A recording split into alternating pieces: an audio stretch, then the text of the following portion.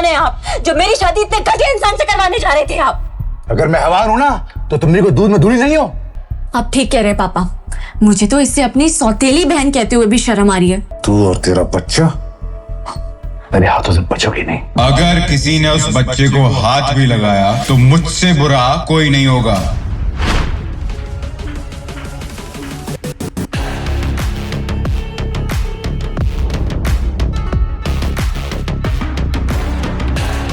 मुझे अविनाश में एक सहारा दिखता था और मैं उसके गले से लिपट गई। पर तभी मुझे एक जानी पहचानी सी खुशबू आई। ये उसका स्पेशल परफ्यूम है। पर जैसे मुझे इस खुशबू के बारे में याद आया, मेरे पैरों तले से जमीन ही निकल गई। ये खुशबू बिल्कुल वैसी ही थी।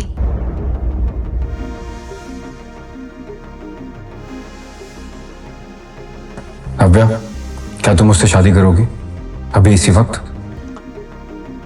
मेरे बैचलरेट पार्टी के दिन मैं बहुत खुश थी।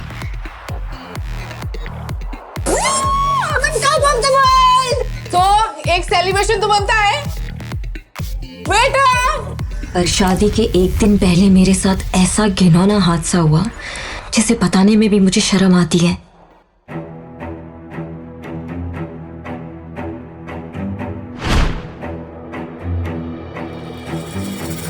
किसी ने मेरी ड्रिंक में नशीली दवाई डाल दी और बेहोश करके होटल रूम में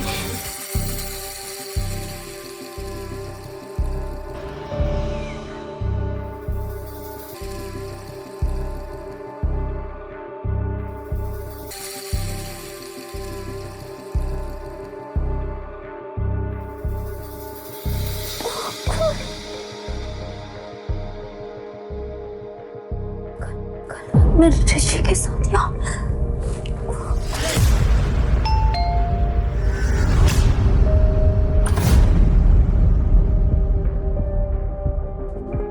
ऋषि, तुम बाहर कब गए? नव्या, तुमने क्या हालत बना रखी है? अच्छा, तुम्हारी बैचलर पार्टी खत्म हो गई होगी।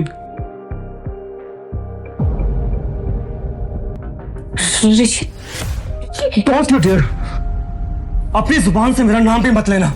ये बिस्तर, ये कपड़े, ये टाई और दारू के नशे में तुम्हारी सारी असलियत सामने आ गई। 2 दिन में हमारी शादी है और तुम कल रात को किसी और के साथ। नहीं, अब तुम्हारे साथ शादी करने का कोई मतलब नहीं।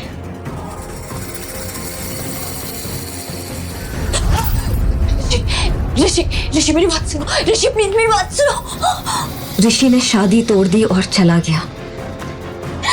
कैसा लगा शादी का तोहफा?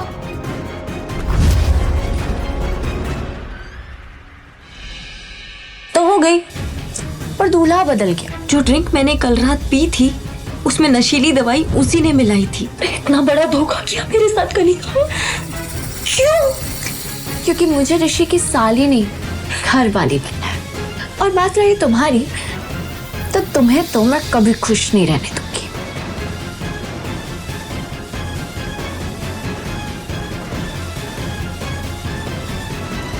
शर्म, मुझे शर्म आती है तुझे अपनी बेटी कहते हुए। पापा, ये सब कुछ कनिका ने किया है। कनिका ने मुझे फंसाया है। मैंने कुछ अभी के अभी निकल जाओ इस घर से। सेना परिवार से तुम्हारा अब कोई रिश्ता नहीं। कनिका ने अपना काम कर दिया था और पापा ने मेरी एक नहीं सुनी। पर मेरी सौतेली माँ ने मार मार कर मुझे घर से निकाल दिया। इस शहर में मेरे लिए कुछ नहीं बचा था और मैं अपनी मौसी के घर बैंगलोर चली गई। 9 महीने बाद मैंने एक बेटे को जन्म दिया। पर मेरी मुश्किलें यहां खत्म नहीं होने वाली थी। मेरे बेटे के पैदा होते ही उस पे हमला हुआ।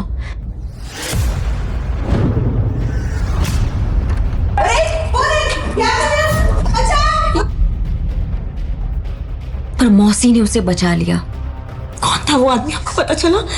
वो आदमी कौन था ये तो नहीं पता, लेकिन वो ऐसे बड़बड़ा रहा था कि वो आपके बेटे का पिता है। मेरे बच्चे का पिता? ये वही आदमी था जिसने उस दिन मेरे साथ होटल में। लेकिन कौन है वो?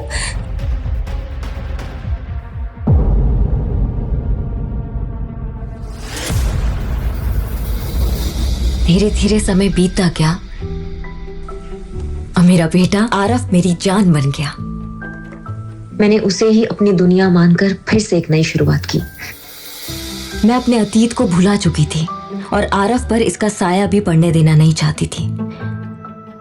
मैंने एक एंटरटेनमेंट कंपनी में जॉब शुरू कर दी। तभी एक दिन मम्मा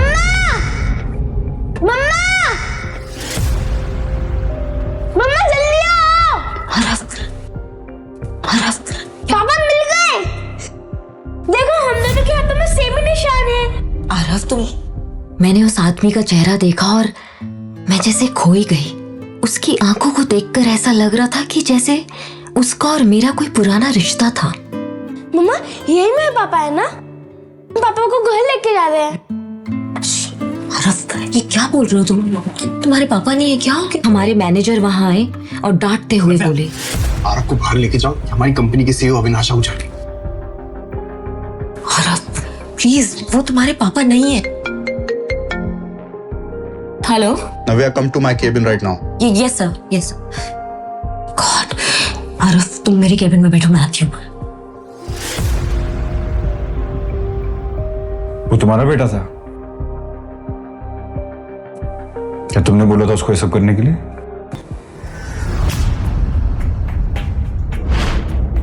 देखो, मैं आरव को नाराज नहीं करना चाहता। क्या हम परसों डिनर पर चल सकते हैं?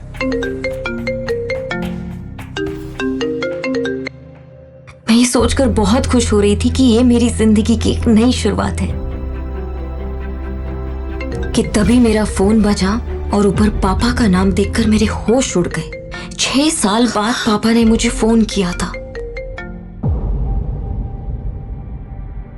पापा वो बहुत बीमार थे और बस आखिरी बार मुझे देखना चाहते थे। उसने अपने ऑफिस से छुट्टी ली और तुरंत वहां से निकल गई।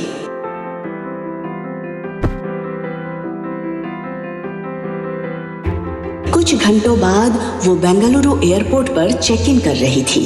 वो अपने पापा के एक बुलावे पर दौड़ी चली जा रही थी, सिर्फ इस उम्मीद में कि शायद अब उनका रिश्ता फिर से पहले जैसा हो जाए।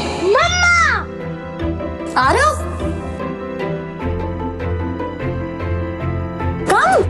ये आवाज किसी और की नहीं बल्कि आरव की थी। आरव नव्या का बेटा था। उसके साथ अतीत में जो हुआ उसके बाद उसने अपना शहर तो छोड़ दिया था, लेकिन उस रात की याद उसकी जिंदगी से कभी दूर नहीं हुई थी। बेंगलुरु शिफ्ट होने के कुछ ही दिन बाद उसे पता चला कि वो प्रेग्नेंट है। मम्मा देखो हमारा फ्लाइट मिस हो गया। आरव वो हमारी फ्लाइट नहीं है, हमारी फ्लाइट 1 घंटे बाद है। और अगर मिस हो गया तो? और अगर मिस हो गया तो हम पैदल पैदल जाएंगे, ठीक है? बहुत ही प्यारा बच्चा है आपका। बहुत नॉटी भी। Thank you. आज उन्हें किस्मत ने फिर से सामने लाकर खड़ा कर दिया था। सॉरी।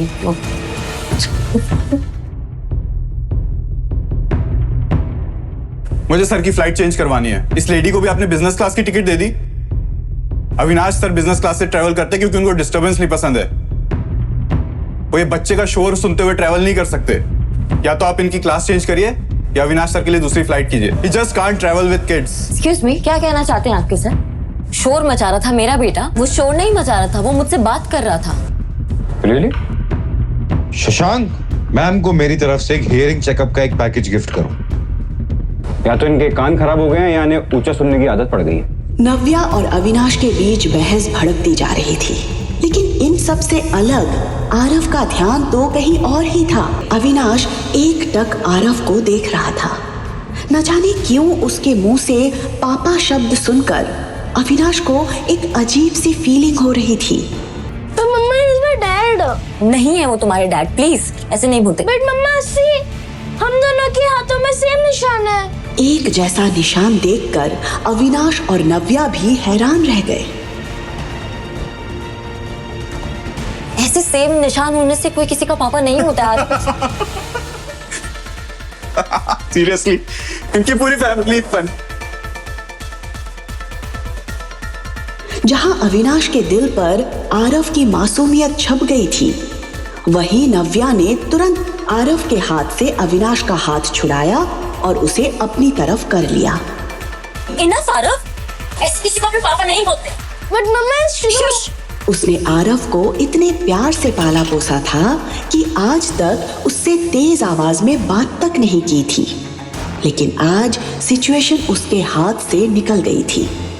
उसके हिसाब से पापा बोलकर ना सिर्फ आरव ने अविनाश को हंसने का मौका दिया था, बल्कि नव्या के वो 6 साल पुराने जख्म भी ताजा कर दिए थे।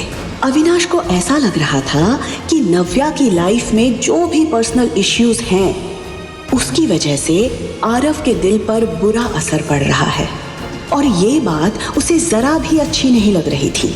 नव्या परेशान होकर सब कुछ संभाल ही रही थी कि तभी अविनाश ने उसे टॉन्ट मारते हुए कहा, जब बच्चे संभालना नहीं आता तो पैदा क्यों करते हो? इंडिपेंडेंट बनने के नाम पे सिंगल पेरेंट बन जाते हो। कभी सोचा बच्चे पे क्या असर पड़ेगा? ये बात नव्या को बहुत बुरी लगी। आज किसी ने उसकी पेरेंटिंग पर सवाल उठा दिया था। तुम्हारी हिम्मत!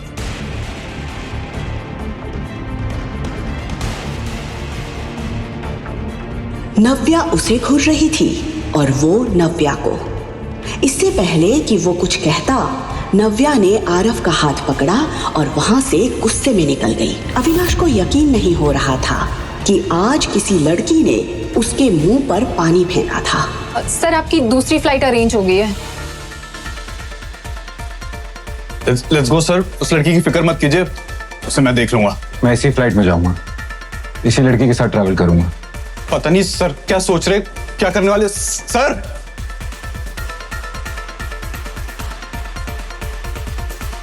सिक्योरिटी चेकिंग के दौरान अविनाश बार बार नव्या को देखे जा रहा था, लेकिन नव्या अविनाश को नजरअंदाज करते हुए आगे बढ़ गई। कुछ घंटों बाद जब फ्लाइट चंडीगढ़ में लैंड हुई, तब तक नव्या सब कुछ भूल चुकी थी। इतने सालों बाद अपने शहर में पैर रखते वक्त उसे ऐसा लग रहा था जैसे उसकी लाइफ में फिर से सब कुछ बदलने वाला था। उसके अंदर एक खुशी थी अपने पापा से मिलने की। पापा आए होंगे ना मुझे लेने? मैसेज तो किया था मैंने उन्हें। सामने से ऋषि और कनिका उसी की तरफ बढ़ रहे थे। ऋषि कनिका के साथ? तो आगे तुम वापस। नव्या समझ गई थी कि कनिका ने वो सब कुछ हासिल कर लिया जो उसने चाहा था। ये लोग कौन है मम्मा? मम्मा? दीदी, ये तुम्हारा बेटा है? हाँ तो आपको कोई प्रॉब्लम? ओह, अब समझी। उस रात बाद तुम प्रेग्नेंट, और ये तुम्हारा बेटा है। कनिका ने ऋषि के लिए हर टूटी कड़ी को जोड़ दिया था। ऋषि को ये एहसास हो गया था कि आरव नव्या के धोखे की निशानी है। You cheat! तुम्हें शर्म नहीं आई इस बच्चे के साथ अपने घर आने पर? मैंने कोई चोरी नहीं की है। आरव मेरा बेटा है। देखा ऋषि, इसे इसकी गलती का बिल्कुल भी अफसोस नहीं। Leave it. इससे कोई भी सवाल करने का कोई मतलब नहीं है। याद है ना इसने पिछली बार क्या किया था? उसके बाद तो ये कोई भी शर्मनाक हरकत कर सकती है। इस बच्चे को मेरी आंखों के सामने से ले जाओ, वरना नहीं, मम्मी से दूर रहो। तुम लोग बैठ रह जाओ और मेरी मम्मी से बात भी मत करना।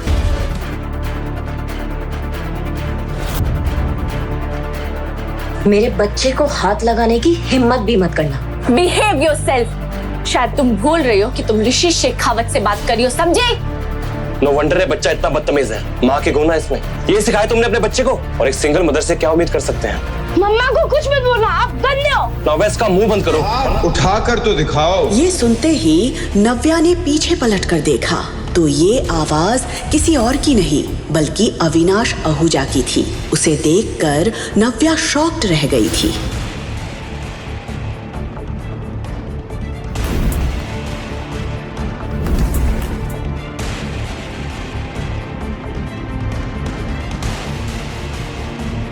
Darling, where were you?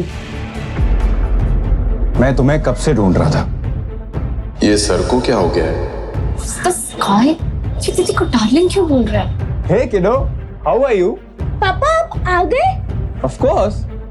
मैं तुम्हारा कब से इंतजार कर रहा था। तुम लोग थक गए होगे ना? पहले लंच करोगे कि रेस्ट करोगे? नव्या पूरी तरह से ब्लैंक खड़ी थी। वो कभी अविनाश की तरफ देख रही थी तो कभी आरव के। वो मन ही मन सोच रही थी। ये क्या करने की कोशिश कर रहा है? तभी उसने कनिका और ऋषि की उड़ी हुई शक्लों की तरफ देखा। वो समझ गई थी कि अविनाश क्या करने की कोशिश कर रहा है। कहाँ थे तुम? मैं कब से तुम्हें ढूंढ रही थी। लेट्स गो हनी, अब लेट्स गो। उसके मुंह से ये सुनकर ऋषि का दिल जल रहा था। वो बार बार अविनाश की पर्सनालिटी और उसके पीछे खड़े असिस्टेंट और गार्ड्स की तरफ देख रहा था। ये देखने में तो बहुत रिच लग रहा है, पर इतना हैंडसम और रिच लड़का दीदी के साथ क्या कर रहा है? और ये बच्चा उसे पापा क्यों बोल रहा है? मुझे तो कुछ समझ नहीं आ रहा। ये लोग कौन है? तुम जानती हो? Not really. नव्या ने इतना कहकर एक ही पल में ऋषि और कनिका को उनकी जगह दिखा दी थी। Let's go. ऑफ कोर्स किडो। शशांक, यस सर, गाड़ी निकालो। Yes sir.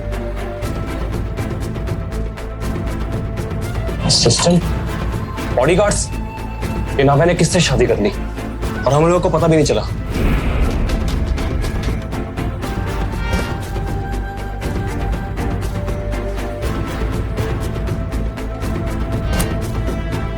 हेल, इसने हमें इंट्रोड्यूस भी नहीं कर पाया। जैसे ही नव्या वहाँ से निकली, उसने सुकून की गहरी सांस ली। इतने सालों में उसने ऋषि को भुला जरूर दिया था, लेकिन आज उसे कनिका के साथ देखकर उसके जख्म मानो ताजा हो गए थे। उसे एक अजीब सी बेचैनी हो रही थी और ये बात अविनाश उसके चेहरे पर साफ देख पा रहा था।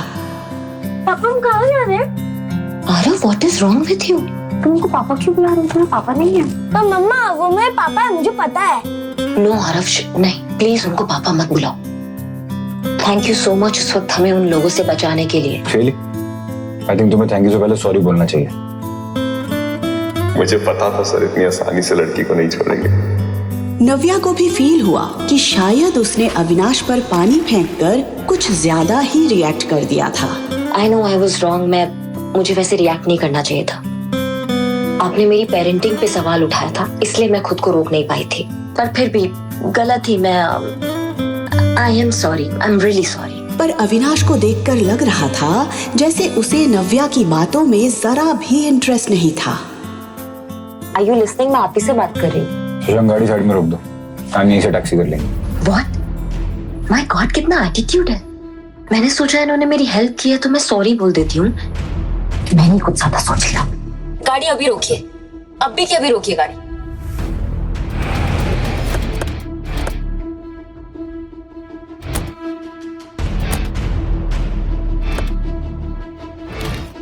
What's this? ये टैक्सी का फेयर, यहाँ तक लिफ्ट दिया ना, thank you so much. What the hell? ये लड़की समझती क्या अपने आप को?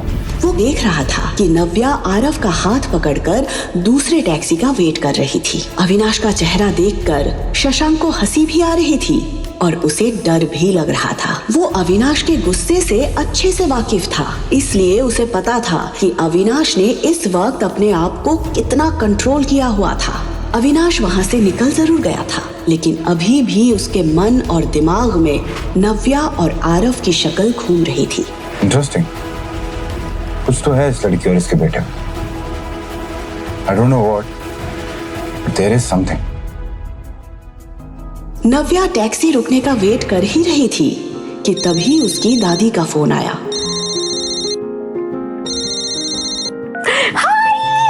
हाय बेटा नव्या, कैसी है तू बेटा? चंडीगढ़ में आपका स्वागत है। नव्या हमेशा से अपनी दादी के सबसे ज्यादा करीब रही थी। नव्या के घर से जाने के बाद शिखा और कनिका के बिहेवियर से परेशान होकर मीनू दादी ने भी कुछ साल पहले सिन्हा मेंशन छोड़ दिया था।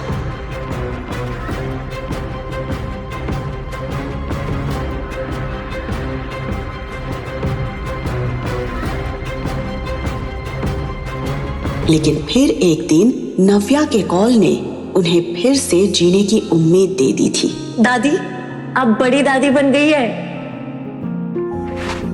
दादी, मैं हाँ, अगर आप दादी बोलोगे तो मैं क्या बोलूंगा?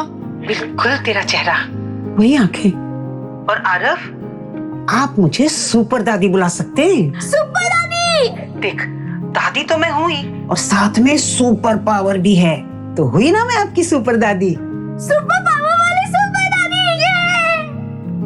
वैसे दादी आप सोशल मीडिया पे बड़े एक्टिव हो। मैं परसों ही आपके आउट हाउस की पिक्चर्स देख रही थी।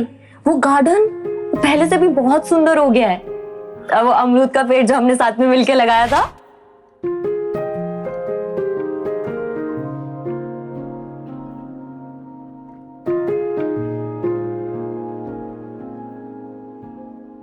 इतना सब कुछ अकेले आप कैसे कर लेती है दादी? क्या हुआ दादी, आप कुछ बोल क्यों नहीं रहे हो? क्या बोलूं नव्या, जिस लड़की ने इतने सालों तक अकेले सब कुछ हैंडल किया, तू मुझे पूछ रही है मैंने ये गार्डन कैसे मेंटेन किया? बेटा, क्या कुछ नहीं सहा होगा तूने इतने सालों से। मैं तुझसे कहती रही कि तू मेरे पास आके रह जा, पर तूने मेरी एक बात नहीं सुनी। मेरा जी घबरा जाता है बेटा जब मैं सोचती हूँ कि तूने आरव को अकेले कैसे बड़ा किया। कैसे आती दादी मैं यहाँ? पापा ने घर से आप सबसे दूर भेज दिया था। निकल जाओ अभी के अभी इस घर से।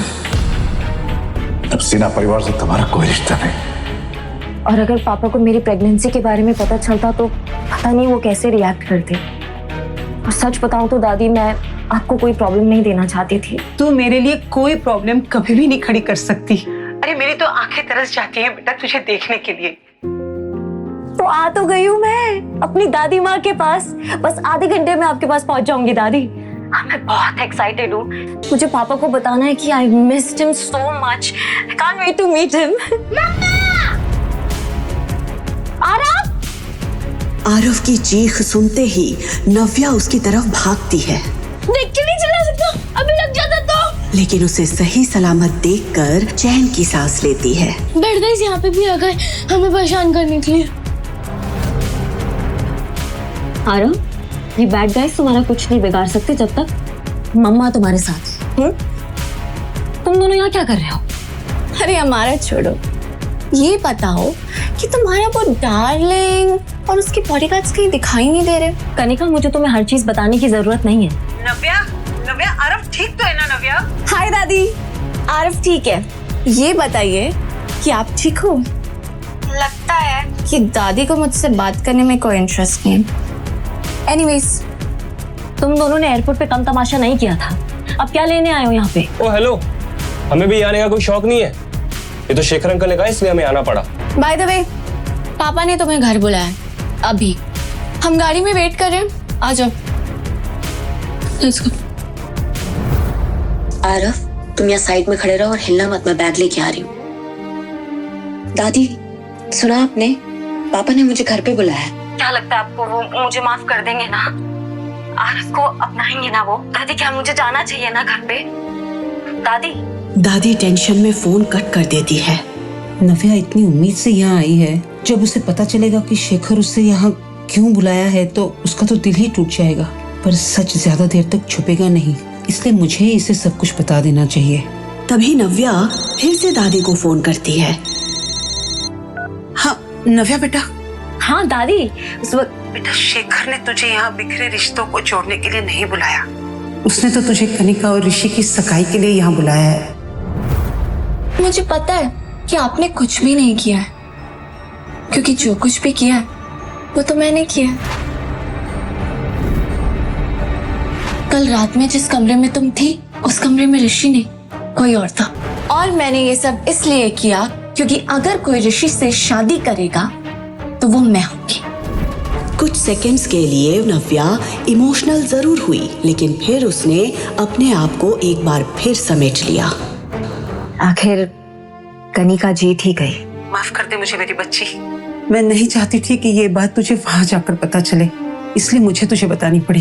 देख बेटा, मैं जानती हूँ कि एक वक्त ऐसा था जब तू ऋषि से बेइंतहा प्यार करती थी।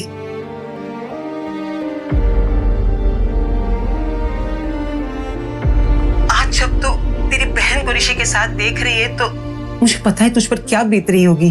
पर नव्या, मैं फिर भी चाहूंगी कि तू इस एंगेजमेंट को अटेंड करे। तेरी ये हिम्मत है ना बेटा, उन सब के मुंह पर एक करारा तमाचा होगी जिन सब ने तुझे तोड़ने की कोशिश की है। आप सही कह रही हैं दादी, मैं एंगेजमेंट में भी जाऊंगी और पापा से भी मिलूंगी। और कितना टाइम? बैठो अंदर, हमारे पास पूरा दिन है तुम्हें पिक एंड ड्रॉप करने के लिए। चलो आरव। मैं नहीं चलूंगा, ये बैठ गई से। आरव, ये हमें नाना जी के पास लेके जा रहे हैं। नाना जी के पास? थोड़ी देर और टॉलरेट कर लो प्लीज। चल।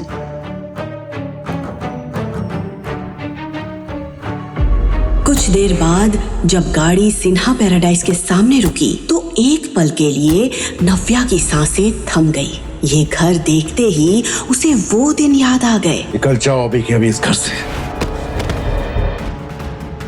ऋषि और कनिका तो तेजी से उतरकर घर के अंदर चले गए थे, लेकिन इतने सालों बाद अपने ही घर के अंदर जाने के लिए नव्या के पैर कांप रहे थे। वो यहाँ आ तो गई थी, लेकिन उसे समझ नहीं आ रहा था कि वो इस घर के लोगों को फेस कैसे करेगी। तभी आरव नव्या का हाथ पकड़ता है और उसे हिम्मत देता है। आरव का एक्साइटेड चेहरा देखकर नव्या हिम्मत जुटाती है। वो आरव का हाथ पकड़कर धीरे धीरे घर के एंट्रेंस पर पहुंची, लेकिन जैसे ही वो घर के अंदर घुसती है कि तभी उसकी सौतेली माँ अपना झूठा नाटक शुरू कर देती है।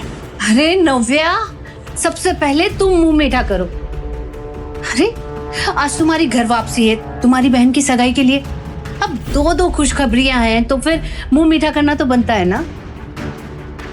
मैं जानती हूँ आप मुझे खास पसंद नहीं करती हैं। मिठाई खिला के नाटक करने की कोई जरूरत नहीं है। ऐसे बात करोगी अपनी माँ के साथ? ये संस्कार दिए मैंने तुम्हें। इतने सालों बाद अपने पापा को देखते ही नव्या को अपना खुशहाल बचपन याद आ गया। पकड़ लिया, चलो।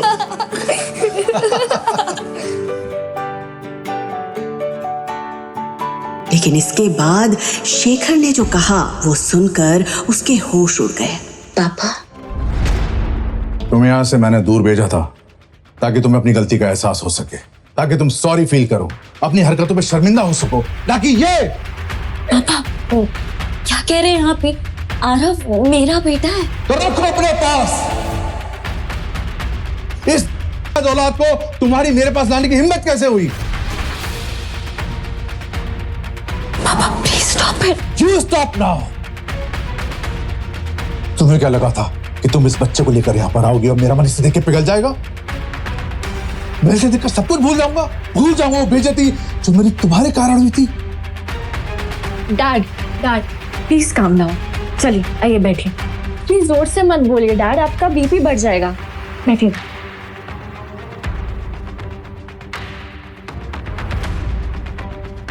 अब आएगा मजा।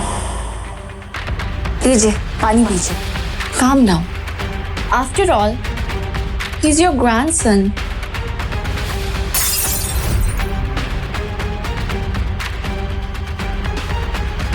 जो मेरा ग्रैंडसन नहीं है और ना ही कभी हो सकता है।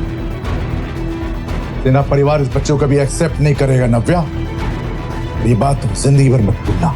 तो मैं भी यहाँ पे अपने बच्चे को एक्सेप्ट करने की गुहार लेकर नहीं आई हूँ। मैं यहाँ एंगेजमेंट अटेंड करने आई हूँ।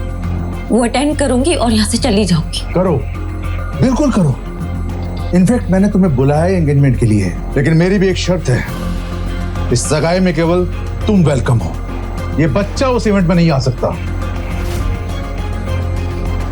और मैं तुम्हारी वजह से और बेइज्जती सहन नहीं कर सकता। तो ठीक है, ये एंगेजमेंट आप सबको ही मुबारक हो। कांग्रेचुलेशंस कनिका एंड ऋषि। नव्या अपने पापा से मिलने जरूर आई थी, पर उसे ये एहसास हो गया था कि अब उसे इस परिवार से दूर ही रहना चाहिए। ऋषि ने नव्या से उस रात के बारे में बात करनी शुरू कर दी। उसी का बच्चा है ना जो एयरपोर्ट पर आया था, या किसी और का? तुम्हें क्या फर्क पड़ता है अब इस बात से? तुम्हें पता भी है कि उस रात मेरे साथ क्या हुआ था? तुम्हें पता भी है कि मुझे किसने फंसाया था? बोलो क्या हुआ था उस रात? नव्या ने मन बना लिया था कि वो सारी सच्चाई ऋषि को बता देगी। बोलो नव्या। उस रात हे बेबी। ये आवाज सुनते ही नव्या ने खुद को सच बताने से रोक लिया। कनिका की चाल नव्या समझ चुकी थी। वो जानती थी कि कनिका ने ऋषि को अपने प्यार में अंधा कर दिया है, इसलिए वो चाहे कितनी बार भी सच बोलने की कोशिश कर ले, ऋषि उस पर कभी भरोसा नहीं करेगा। बिल्कुल सही टाइम पे आई हो कनिका, हमेशा की तरह। नव्या, तुम अपनी बहन से ऐसे कैसे बात कर सकती हो? वो आई है सही वक्त पर। जब तुम चली गई थी वही थी मेरे साथ। जो तुमने तोड़ दिया था उसी ने जोड़ा। तुम्हें उसे थैंक्स कहना चाहिए। करेक्ट, मुझे कनिका को थैंक्स बोलना चाहिए और मैं थैंक्स बोलूंगी। Thank you so much Kanika for everything. और अब मुझे नहीं लगता कि तुम्हें मुझसे कोई सवाल करना चाहिए। आप दोनों की सगाई हो रही है ना, तो आप दोनों खुश रहिए and please for God sake leave me alone. देखा इसका एटीट्यूड। बेबी छोड़ो ना, हम अपने एंगेजमेंट में ध्यान देते हैं ना। वैसे भी इनका ध्यान रखने के लिए पापा काफी है। उन्होंने डेफिनेटली इनके बारे में कुछ सोचा होगा, है ना? इस औलाद को तुम्हारी मेरे पास लाने की हिम्मत कैसे हुई? जो मेरा ग्रैंडसन नहीं है और ना ही कभी हो सकता है। सगाई में केवल तुम वेलकम हो, ये बच्चा उस इवेंट में नहीं आ सकता। मम्मा, नानू नहीं चाहते हैं ना कि मैं पार्टी में आऊं? मेरा बच्चा। उसकी उम्र भले ही कम थी, लेकिन उसे ये तो समझ आ ही गया था कि उसे यहाँ पर दादी के अलावा और कोई भी पसंद नहीं कर रहा था। उसकी ये फीलिंग देखकर नव्या के दिल के टुकड़े हो गए थे। क्या कभी ऐसा हुआ है कि मम्मा अपने बच्चे के बिना किसी पार्टी में गई हो? नानू थोड़ा गुस्से में थे ना, इसलिए उन्होंने ऐसे कह दिया। लेकिन तुम हमेशा एक बात ध्यान रखना, मम्मा कहीं भी जाएगी अपने बच्चे के साथ जाएगी। चॉकलेट?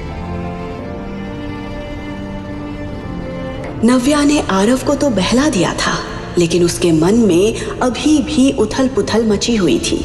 एक तरफ उसे अपने परिवार की नफरत झेलनी थी और दूसरी तरफ उसे आरव के कोमल मन का ध्यान भी रखना था। बस जल्दी से ये 1-2 दिन निकल जाए, फिर मैं अपने बच्चे को लेके अपनी दुनिया में चली जाऊंगी।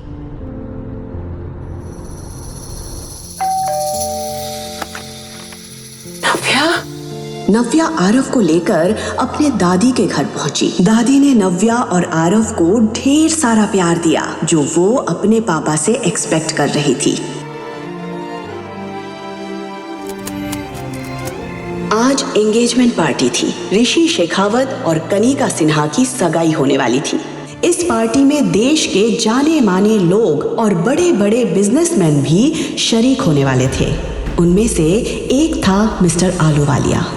उनकी उम्र 45 साल की थी, इसीलिए बिजनेस में उनके इतने सालों के एक्सपीरियंस से हर कोई प्रभावित था। शेखर अंकल, आपने मुझे बुलाया? यस, अंदर आओ। अरे क्या अंकल अंकल लगा रखा है?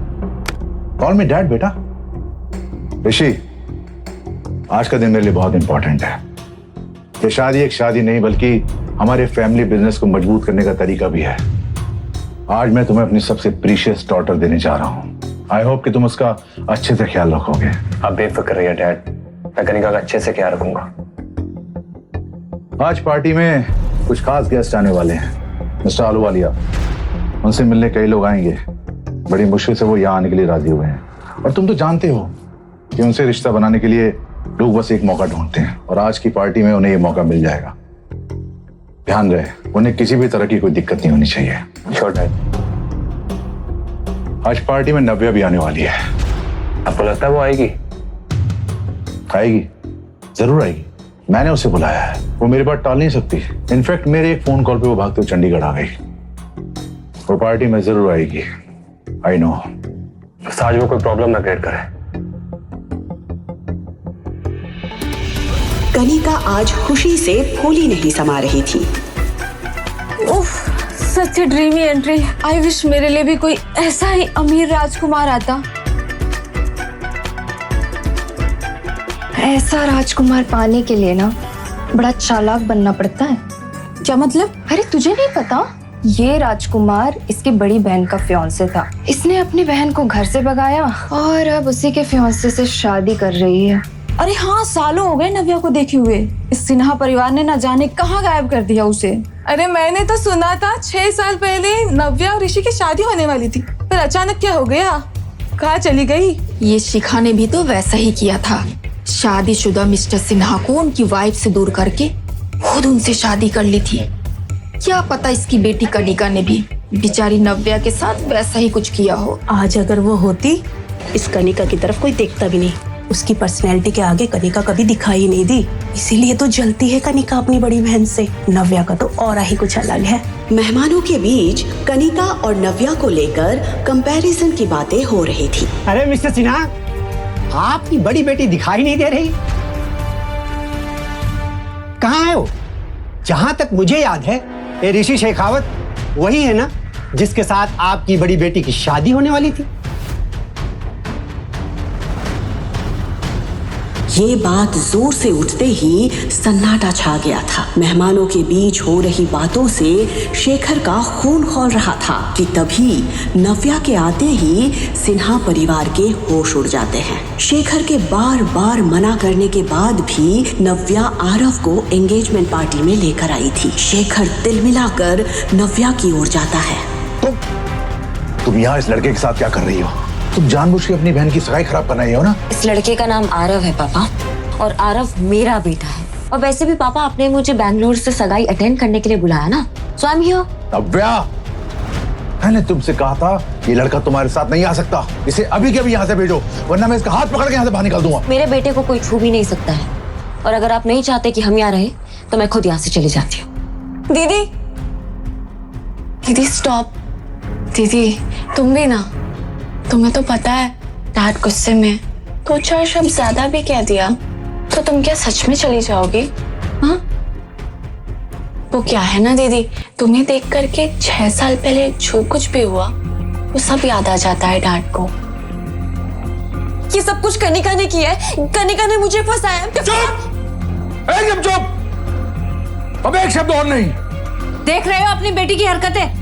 एक तो शेखावत परिवार के सामने हमारी इतनी इंसल्ट करवाई, ऊपर से माफी मांगने की जगह मेरी बेटी को मारने चली है। निकल जाओ अभी के अभी इस घर से। अब सिन्हा परिवार से तुम्हारा कोई रिश्ता नहीं। पापा, मेरी सिर्फ एक ही बेटी है, कनिका। पता नहीं क्या कुछ नहीं सहा उन्होंने, थोड़ा गुस्सा है। तुम गुस्सा थूक दो ना। आज मेरी एंगेजमेंट है। I need your blessings. उसका चेहरा देखकर नव्या समझ गई थी कि वो क्या साबित करना चाहती थी। डैड, आप ही समझाइए ना दीदी को। मेरी बातों का तो जैसे असर ही नहीं होता इन पे। शेखर गुस्से में आरव की तरफ देख रहा था। फिर अचानक उसका ध्यान मिस्टर आलूवालिया पर गया। उसने अपने दिमाग को ठंडा किया। ठीक है, तुम रुक सकती हो, लेकिन एक किनारे चुपचाप खड़ी रहना। मैं नहीं चाहता तुम्हारा बेटा आरव यहाँ वहाँ घूमे और लोग उसे देख के 10 सवाल करें। क्या नव्या मान लेगी शेखर की बात?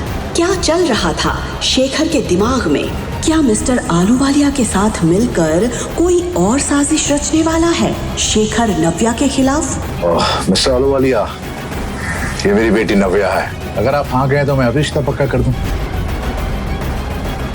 मिस्टर आलूवालिया, मुझे नहीं पता पापा ने आपसे क्या बात की है, but let me tell you one thing, मुझे आपसे शादी नहीं करनी है। अगर आपको ऐसा लग रहा है कि मैं एक सिंगल मदर हूँ या आरव मेरी वीकनेस है इसलिए मैं आपसे शादी कर लूंगी, तो आप बिल्कुल गलत सोच रहे हैं। आरव मेरी वीकनेस नहीं है, वो मेरी स्ट्रेंथ है, और उसकी परवरिश करने के लिए मुझे किसी की जरूरत नहीं है।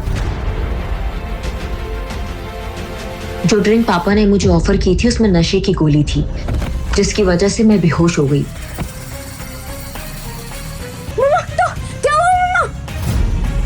मेरी आंख खुली तो मैं अस्पताल में थी और आरव मेरे साथ नहीं था। आरव? आरव?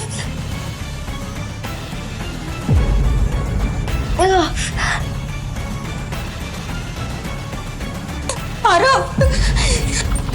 आरव? एक्सक्यूज मी, आपने मेरे बच्चे को देखा है क्या? छोड़ा।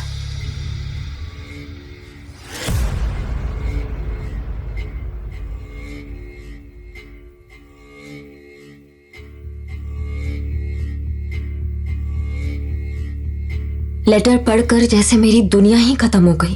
वो लेटर मेरे पापा ने छोड़ा था और उसमें लिखा था, तुम्हारा बेटा हमारे कब्जे में है, अगर उसकी सलामती चाहती हो तो शादी के पेपर्स पर साइन करके हमारे घर आ जाओ।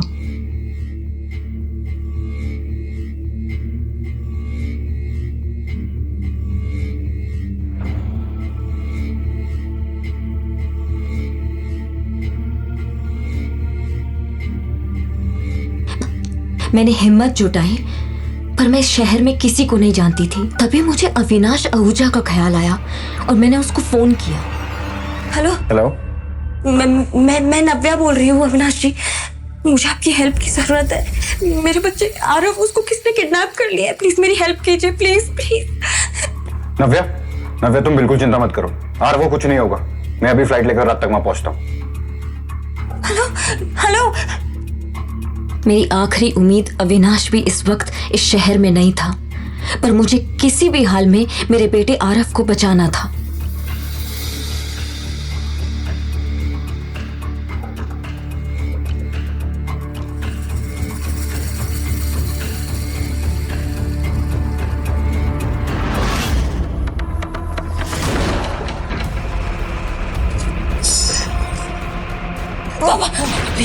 बिल्कुल भी चालाकी मत करना प्लीज। ये तो मेरे बेटे को बचाने के चक्कर में एक बेटी को अपने बाप पे गोली चलानी पड़ेगी। प्लीज पापा, बिल्कुल। जल्दी आओ बेटा, मामा के पास आओ, जल्दी जल्दी आओ, जल्दी आओ। और कितना तड़पाओगी नव्या?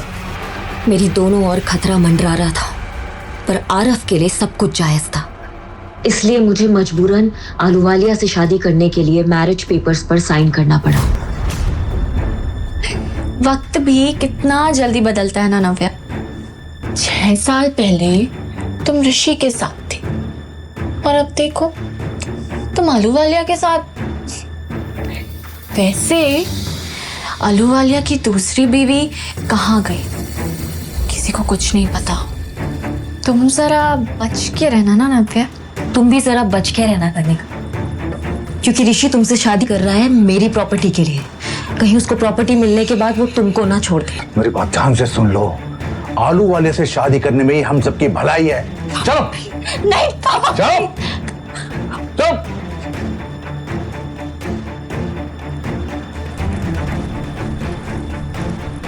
सब लोग मेरी बर्बादी का तमाशा देख रहे थे और कनिका ऋषि का हाथ पकड़े हंस रही थी।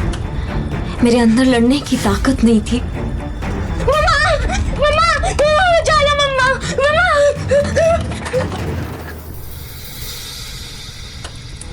शादी के फेरे लेते हुए बस मुझे आलूवालिया की हंस भरी आंखें दिखाई दे रही थी।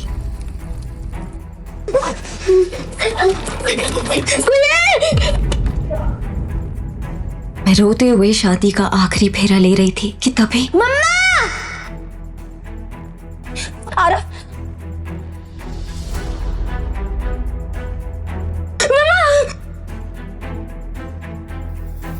मम्मा!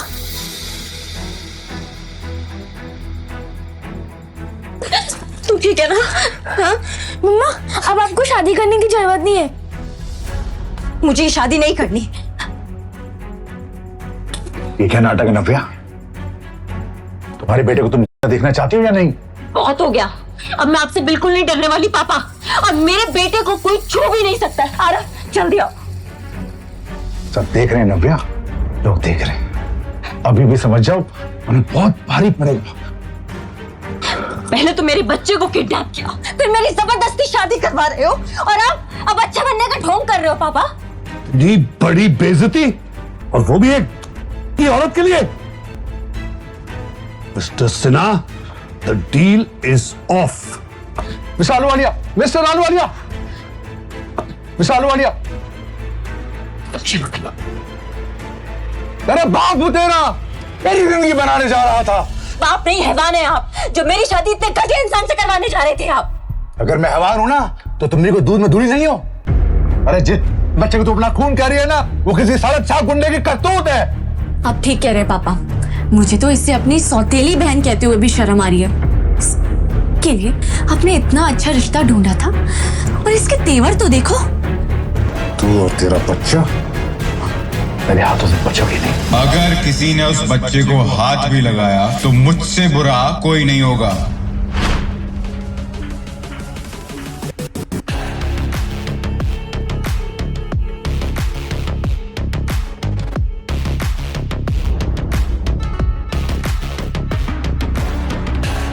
मुझे अविनाश में एक सहारा दिखता था और मैं उसके गले से लिपट गई, पर तभी मुझे एक जानी पहचानी सी खुशबू आई। ये उसका स्पेशल परफ्यूम है पर जैसे मुझे इस खुशबू के बारे में याद आया, मेरे पैरों तले से जमीन ही निकल गई। ये खुशबू बिल्कुल वैसी ही थी।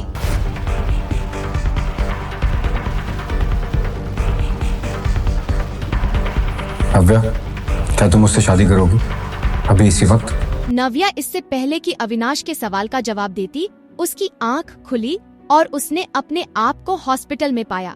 ये सब शायद दवाइयों का असर था जो उसे अजीब अजीब से सपने आ रहे थे। नव्या को समझ नहीं आ रहा था कि उसके साथ बीते दिनों क्या हुआ था। उसे कुछ अच्छे से याद नहीं आ रहा था। वो झट से उठकर बैठ गई और आवाज लगाई, आरव। पर उसने देखा कि उसके पास आरव नहीं था। उसके सामने शेखर मौजूद था, जो उसके होश में आने का इंतजार कर रहा था। आरव कहाँ है? नव्या ने सबसे पहला सवाल किया। होश आ गया तुम्हें? कैसा फील हो रहा है अब? शेखर ने दबी हुई आवाज में पूछा। ये सुनकर नव्या को इरिटेशन हो रही थी। मैं जानती हूँ कि आपको मेरी लाइफ, मेरी हेल्थ और मेरे बेटे से कोई मतलब नहीं है, इसलिए ये दिखावा बंद करिए और बताइए कि मेरा बेटा आरव कहाँ है। ये सुनकर शेखर के चेहरे पर गुस्से की बजाय हंसी थी। मैं सच में तुम्हारी तबीयत के बारे में पूछ रहा हूँ। मुझे मेरे सवाल का जवाब चाहिए। मेरा बेटा कहाँ है? नव्या कमजोर कदमों से बाहर की तरफ जाने लगी, लेकिन आरव कहीं दिखाई नहीं दे रहा था। नव्या तुरंत शेखर के पास आई और उसे घूरते हुए पूछा, मेरा बेटा कहाँ है? क्या किया है आप लोगों ने उसके साथ? ये सुनकर शेखर और जोर से हंसने लगा। क्या किया है? अरे वो हमारा ग्रैंडसन है, हम उसके साथ क्या करेंगे? अभी तो कनिका उसे बाहर लंच के लिए ले गई है, आ जाएगा वापस। ये सुनकर नव्या का मन घबरा रहा था। वो जानती थी कि उसका परिवार उसके और आरव के बारे में कभी अच्छा नहीं सोच सकता है। कल तक तो आपको ग्रैंडसन शब्द सुनने में भी दिक्कत हो रही थी, और आज आरव आपका ग्रैंडसन हो गया। आप लोग क्या करना चाह रहे हैं? आरव कहाँ है? उसे अभी के अभी वापस बुलाइए। नव्या ने इस बार चिल्लाते हुए कहा। अरे शांत हो जाओ, आरव को मैं अभी के अभी वापस बुला लूंगा, लेकिन मेरी बस एक शर्त है। ये सुनकर नव्या अंदर तक हिल गई थी। उसने कभी भी नहीं सोचा था कि उसका अपना परिवार उसके बेटे का सौदा करेगा। अविनाश आहूजा, उससे मेरी मीटिंग करवानी है। एक बार वो हमारा बिजनेस पार्टनर बन जाए, उसके बाद मैं आरव को तुम्हारे पास भेज दूंगा। ये सुनकर नव्या बेड पर बैठ गई थी। आप ये क्या कह रहे हैं पापा? हाँ, मतलब सिर्फ पार्टनरशिप की ही बात है। एक बार वो हो जाए, फिर आरव तुम्हारे पास। पापा, आरव को वापस बुलाइए अभी के अभी। मुझे आपकी कोई शर्त मंजूर नहीं है, ना ही मैं आपकी कोई बात मानने वाली हूँ। मुझे सिर्फ और सिर्फ अपना बेटा चाहिए। नव्या ने गुस्से में शेखर को घूरते हुए कहा। देखो, अगर ऐसा है तो भूल जाओ कि तुम आरव को यहाँ से ले जा पाओगी। कोई बात नहीं, उसे यहीं हमारे पास छोड़ दो। वैसे भी एक सिंगल मदर की परवरिश से ज्यादा अच्छी एक परिवार की परवरिश होती है। आखिरकार वो हमारा ग्रैंडसन है। मैं कैसे अविनाश से बात करूंगी? मैं तो उसे जानती तक नहीं। मुझे तो ये भी नहीं पता कि वो कहाँ रहता है। मैं कहाँ ढूंढूंगी उसे? नव्या ने सोचा और अपना सिर पकड़कर बैठ गई। उसे कुछ भी समझ नहीं आ रहा था। तुम्हारे पास समय जरा कम है। जितनी जल्दी ये काम करोगी, आरव के लिए उतना अच्छा होगा, शेखर ने कहा और वहां से चला गया। उसने एक बार भी मुड़कर नव्या की हालत नहीं देखी। नव्या रोते हुए अकेले हॉस्पिटल के बेड के पास खड़ी हुई थी। नहीं, मुझे आरव को जल्द से जल्द वापस बुलाना होगा। मैं उसे कनिका के साथ थोड़ी देर भी नहीं छोड़ सकती। वो आरव को बिल्कुल भी पसंद नहीं करती है। पता नहीं वो उसके साथ क्या। मैं कोई रिस्क नहीं ले सकती। मुझे जल्द से जल्द अविनाश आहूजा को ढूंढना होगा, उससे बात करनी होगी। नव्या ने हड़बड़ाते हुए अपने आंसू पोंछे और अपने अंदर हिम्मत जुटाई।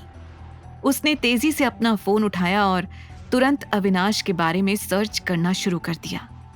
पूरे रास्ते आरव की चिंता करते हुए वो जैसे तैसे ऑटो से अविनाश के ऑफिस के बाहर पहुंची। उतरते ही उसने देखा कि उसके सामने एक चमचमाती कांच की बिल्डिंग है। वो दौड़ती हुई ऑफिस के अंदर जा रही थी, पर उसे गार्ड ने बाहर ही रोक लिया। रुकिए मैडम, आप ऐसे अंदर नहीं जा सकती। किससे मिलना है आपको? गार्ड ने पूछा। देखिए, मुझे अविनाश आहूजा से मिलना है। मेरा उनसे मिलना बहुत जरूरी है, नव्या ने घबराहट से कहा। आपके पास कोई अपॉइंटमेंट है? गार्ड ने पूछा। ये सुनकर नव्या और घबरा गई। नहीं, मेरे पास अपॉइंटमेंट नहीं है, पर मेरा उनसे मिलना बहुत ज़रूरी है। प्लीज़ आप एक बार अंदर इन्फॉर्म तो कर दीजिए। नहीं मैडम, हम बिना अपॉइंटमेंट के आपको अंदर नहीं जाने दे सकते। क्या करूं मैं?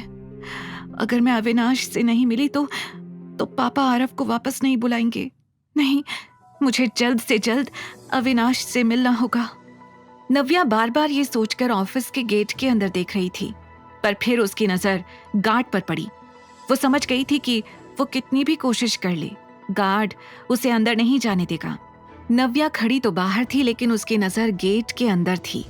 वो झांक झांक कर ऑफिस के अंदर देख रही थी, लेकिन उसे अविनाश की झलक तक नजर नहीं आ रही थी। मैं अविनाश से बिना मिले यहां से नहीं जाऊंगी, यहीं बाहर बैठकर उसका वेट कर लेती हूँ, नव्या ने खुद से कहा, और मेन गेट के बाहर लगी बेंच पर वो चुपचाप बैठ गई। जैसे ही नव्या ने एक और बार पीछे मुड़कर ऑफिस की ओर देखा, उसे दिखाई दिया कि अविनाश तेजी से कार का दरवाजा खोलकर उसके अंदर बैठ रहा था। लगता है अविनाश कहीं जा रहा है, मुझे उससे मिलना है, कहते हुए नव्या कार के पास जाने लगी। लेकिन उसके पहुंचने से पहले ही कार वहां से निकल गई। नव्या ने देखा कि अविनाश कार के अंदर फोन पर बात करने में बिजी था, इसलिए उसका ध्यान नव्या पर गया ही नहीं। अविनाश, अविनाश रुको, प्लीज स्टॉप, कहते हुए नव्या कार के पीछे भागी, लेकिन उसके भारी गले की आवाज अविनाश तक नहीं पहुंची। तभी नव्या ने कुछ सोचा और तेजी से दौड़ते हुए आगे आने लगी।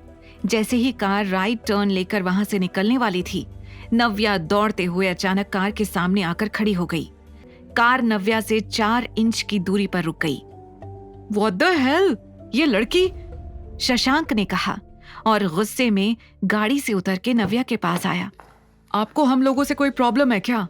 आप इस तरह से हमारी गाड़ी के नीचे क्यों आना चाहती थी? देखिए, मुझे मिस्टर आहूजा से मिलना है अभी। ये सुनकर शशांक हैरान रह गया। उसे समझ नहीं आ रहा था कि इतनी सारी हरकतें करने के बाद नव्या फिर से अविनाश से मिलना चाहती थी। शशांक ने पलटकर कार की ओर देखा। सर की अभी एक इम्पोर्टेंट मीटिंग चल रही है, मुझे नहीं लगता वो आपसे अभी मिल पाएंगे, शशांक ने कहा। देखिए, आप समझ नहीं रहे हैं, मेरा उनसे मिलना बहुत जरूरी है, नव्या ने घबरा कर कहा। उसकी सांसें फूल रही थी और माथे से पसीना टपक रहा था। उसकी हालत देखकर शशांक भी सोच में पड़ गया। लेट मी सी, कहकर शशांक कार के पास गया। थैंक यू सो मच, नव्या ने खुशी से कहा। उसे शशांक की हाँ के साथ आरव के वापस मिलने की उम्मीद मिल गई थी। शशांक कार के पास गया और अविनाश के पास वाली विंडो को नॉक किया। जैसे ही अविनाश ने खिड़की नीचे की, शशांक ने नव्या की ओर इशारा करते हुए कहा, सर, वो लेडी आपसे मिलना चाहती है। अविनाश ने अपना सिर टेढ़ा करके शशांक के पीछे देखा तो वहां पर नव्या खड़ी थी। ये फिर से? उसके मुंह से निकला। अविनाश ने अपना सिर नीचे किया और अपनी घड़ी की ओर देखकर कहा, क्लाइंट हमारा वेट कर रहे होंगे, अभी ये मीटिंग इंपॉर्टेंट है। कुछ सेकंड्स सोचने के बाद उसने अपनी कड़क आवाज में शशांक से कहा, उससे कह दो मैं नहीं मिल पाऊंगा अभी, आई एम बिजी। नहीं, अगर वो मेरी हेल्प नहीं करेगा तो मैं आरव को वापस कैसे बुलाऊंगी? Mister Ahuja, please listen to me, Navya ने जोर से चिल्लाते हुए कहा। पर उसके सामने से अविनाश की कार फिर से गुजरने लग गई। इस बार नव्या फिर से गाड़ी के सामने आ गई। वो पीछे की तरफ जा रही थी और कार उसकी तरफ, लेकिन ना शशांक रुक रहा था और ना ही नव्या गाड़ी के सामने से हट रही थी। Mister Ahuja, please, I will take only 5 minutes, it's urgent, please listen to me, एक बार मुझसे मिल लीजिए। सर, क्या करना है? ऐसा लग रहा है जैसे सच में कुछ बहुत अर्जेंट मैटर है, शशांक ने कुछ सोचते हुए कहा। अविनाश ने अपना सर उठाया और फिर एक बार नव्या को सर से पैर तक ध्यान से देखा। उसकी कमजोरी और परेशानी उसके चेहरे से झलक रही थी। रोक दो गाड़ी, अविनाश ने भारी आवाज में कहा। ये सुनते ही शशांक ने तेजी से ब्रेक लगा दी। जैसे ही कार रुकी, नव्या की उम्मीद फिर से जाग गई। मुझे आपकी मदद चाहिए, मेरा बेटा Aarav, he is in danger. क्या हुआ है? अविनाश ने पूछा। आरव, उसे मेरे पापा ने कहीं छुपा लिया है, मैं नहीं जानती वो कहाँ है। उसे वापस लाने के लिए मुझे आपकी मदद चाहिए, प्लीज। देखिए, मैं जानती हूँ आपको मेरा बिहेवियर थोड़ा अजीब लग रहा होगा, पर मेरा यकीन करिए, अगर मेरे पास कोई और ऑप्शन होता तो मैं कभी आपसे हेल्प लेने नहीं आती, आपको परेशान नहीं करती। नव्या की घबराहट, बेचैनी उसके एक एक शब्द से झलक रही थी। अविनाश एकटक नव्या को देख रहा था। आई कांट बिलीव तुम मेरे पास हेल्प के लिए आई हो, अविनाश ने नव्या को चिढ़ाते हुए कहा। देखिए, ये मजाक का वक्त नहीं है, मुझे सच में आपकी हेल्प चाहिए। मैं 3 घंटे से आपका यहाँ वेट कर रही हूँ। आपको क्या लग रहा है मैं यहाँ टाइम पास करने के लिए आई हूँ? नव्या अब इतनी घबराई हुई थी कि उसे पता ही नहीं चला कि उसकी आवाज कब तेज हो गई। अविनाश चुपचाप उसे सुन रहा था। नव्या ने तुरंत अपने अंदर उबलता हुआ गुस्सा शांत किया और एक गहरी सांस लेते हुए कहा, सॉरी, देखिए मैं बहुत परेशान हूं, आप प्लीज मेरी हेल्प कर दीजिए। बदले में आपको जो भी चाहिए मैं देने को तैयार हूं। Anything you want. उसने नव्या को चिढ़ाते हुए कहा। Anything I want. नव्या ने अपनी आंखें बंद की और अपने आप को अविनाश से पीछे कर लिया। उसे एक पल में एहसास हो गया जैसे उसने यहां पर आकर बहुत बड़ी गलती कर दी थी। सॉरी, पता नहीं क्यों मुझे ऐसा लगा जैसे आप मेरी सिचुएशन समझेंगे, मेरे बेटे को बचाने में मेरी हेल्प करेंगे, पर आपने मुझे बता दिया कि मैं कितना गलत सोच रही थी। माफ करना, मुझे यहां आना ही नहीं चाहिए था। आपने मुझे अपने कीमती 5 मिनट दिए, उसके लिए थैंक यू। भारी गले से इतना सब कुछ कहकर नव्या गाड़ी से उतर गई। क्या है इस लड़की में जो... एनीवेज, शशांक, लेट्स मूव। उसके इतना कहते ही शशांक ने गाड़ी स्टार्ट की और इस बार नव्या के सामने से वो लोग वहां से निकल गए। नव्या अब बिल्कुल अकेली थी। उसके पास मदद करने के लिए कोई भी नहीं था। अपने बेटे को बचाने के लिए मैं किसी और का इंतजार नहीं कर सकती, अब मुझे ही कुछ करना होगा। कुछ देर तक वो वहीं खड़ी होकर सोचती रही कि उसे कहाँ जाना चाहिए। फिर उसके दिमाग में एक आइडिया आया। पापा ने अगर आरव को छुपाया है तो हो सकता है कि आरव उनके घर में ही कहीं हो सकता है कि उसे किसी कमरे में छुपाया हो। मुझे सबसे पहले आरव की तलाश वहीं से शुरू करनी चाहिए। ये सोचकर नव्या ने तुरंत वहां से गुजरता हुआ एक ऑटो किया और उसमें तेजी से बैठ गई। वो ऑटो सीधा सिन्हा पैराडाइज के सामने जाकर रुका। मैं मेन गेट से तो अंदर नहीं जा सकती, नव्या ने सोचा। फिर उसे वो रास्ता याद आया जिससे वो बचपन में कई बार जाया करती थी। ये सोचकर नव्या बाहर खड़े गार्ड से छुपते छुपाते पैराडाइज के पीछे वाले दरवाजे पर पहुंच गई। उसने पीछे वाले बगीचे से दबे पांव सिन्हा पैराडाइज के अंदर कदम रखा। लगता है कोई आ रहा है, किसी ने मुझे यहाँ देख लिया तो आरव के लिए मुसीबत हो जाएगी। सोचते हुए नव्या ने खुद को एक पेड़ के पीछे छुपा लिया। डर के कारण उसकी सांसें तेज थीं और तभी उसे कनिका की आवाज आई। I am so tired baby. तो आओ थोड़ा रेस्ट कर लो, ऋषि ने बड़े ही पोलाइट अंदाज में कहा। नव्या पेड़ के पीछे से छुपकर ऋषि और कनिका की बातें सुन रही थी। गुस्से से उसकी मुट्ठियां बंध गई थी। जो बातें आज ऋषि कनिका के साथ कर रहा था, ठीक वैसी ही बातें वो 6 साल पहले नव्या से किया करता था। ये सोचकर ही नव्या को इरिटेशन हो रही थी। उसे वो पल याद आ रहा था जब वो अपने प्यार की भीख मांग रही थी और ऋषि ने उस पर दिन का भर भी भरोसा नहीं किया। और वैसे भी रेस्ट करने का टाइम कहाँ है? डैड ने उस तूफानी बच्चे की जिम्मेदारी जो दे रखी है, वो वहाँ होटल में है। अगर वहाँ कोई भी प्रॉब्लम हुई तो पापा मुझे छोड़ेंगे नहीं। कनिका के मुंह से ये सुनकर अचानक नव्या अपने ख्यालों से बाहर आई। आरव के बारे में सुनते ही उसके कान खड़े हो गए थे। होटल में? किस होटल में? अगर कनिका यहाँ है तो आरव वहाँ किसके साथ है? नव्या के मन में ढेरों सवाल घूम रहे थे। नव्या अपने पापा से मिलने जरूर आई थी, पर उसे ये एहसास हो गया था कि अब उसे इस परिवार से दूर ही रहना चाहिए। ऋषि ने नव्या से उस रात के बारे में बात करनी शुरू कर दी, जिसके बाद नव्या गुस्से में सच कहने वाली थी। बोलो, क्या कहना चाहती हो तुम? तुम्हारे साथ गलत हुआ मतलब? क्या हुआ था उस रात? ऋषि ने बड़ी क्यूरियोसिटी से पूछा। उसकी आवाज और हाव भाव में एक अलग सी बेचैनी दिखाई और सुनाई दे रही थी। इससे पहले कि नव्या कुछ और कहती, पीछे से कनिका की रोमांटिक सी आवाज आई, बेबी तुम वहां क्या कर रहे हो? ये आवाज सुनते ही नव्या ने खुद को सच बताने से रोक लिया। कनिका का चेहरा देखकर नव्या को याद आ गया कि कैसे उसने ये सब कुछ ऋषि को हासिल करने के लिए किया था। कनिका ने आते ही ऋषि की बाहों में बाहें डाल ली और नव्या की ओर देखकर मुस्कुराने लगी। उसने एक ही पल में नव्या को ये एहसास दिला दिया था कि वो चाहे तो भी ऋषि को सच नहीं बता सकती। बिल्कुल सही वक्त पर आई हो कनिका, हमेशा की तरह, नव्या ने कनिका को टॉन्ट करते हुए कहा। ऋषि को कुछ समझ नहीं आ रहा था क्योंकि अभी भी उसे उसके सवालों का जवाब नहीं मिला था। नव्या, तुम अपनी ही बहन से ऐसे कैसे बात कर सकती हो? हाँ, वो आई है सही वक्त पर। जब तुम नहीं थी तब वो थी मेरे साथ। तुमने जो तोड़ दिया था ना, उसे जोड़ा है कनिका ने। तुम्हें थैंक्स कहना चाहिए उसे। Thanks, why not? Thank you Kanika, Navya ने टॉन्ट में हंसते हुए कहा। मुझे नहीं लगता कि अब तुम्हें मुझसे कोई भी सवाल करने चाहिए। तुम दोनों की सगाई होने वाली है ना। You guys enjoy please and just leave me alone. इतना कहकर नव्या गुस्से में वहां से निकल गई। देखा इसका एटीट्यूड। खैर छोड़ो हनी, हमें भी अपनी एंगेजमेंट पर ध्यान देना चाहिए। वैसे भी दीदी की चिंता करने के लिए डैड हैं। उन्होंने दीदी के बारे में कुछ सोच रखा है।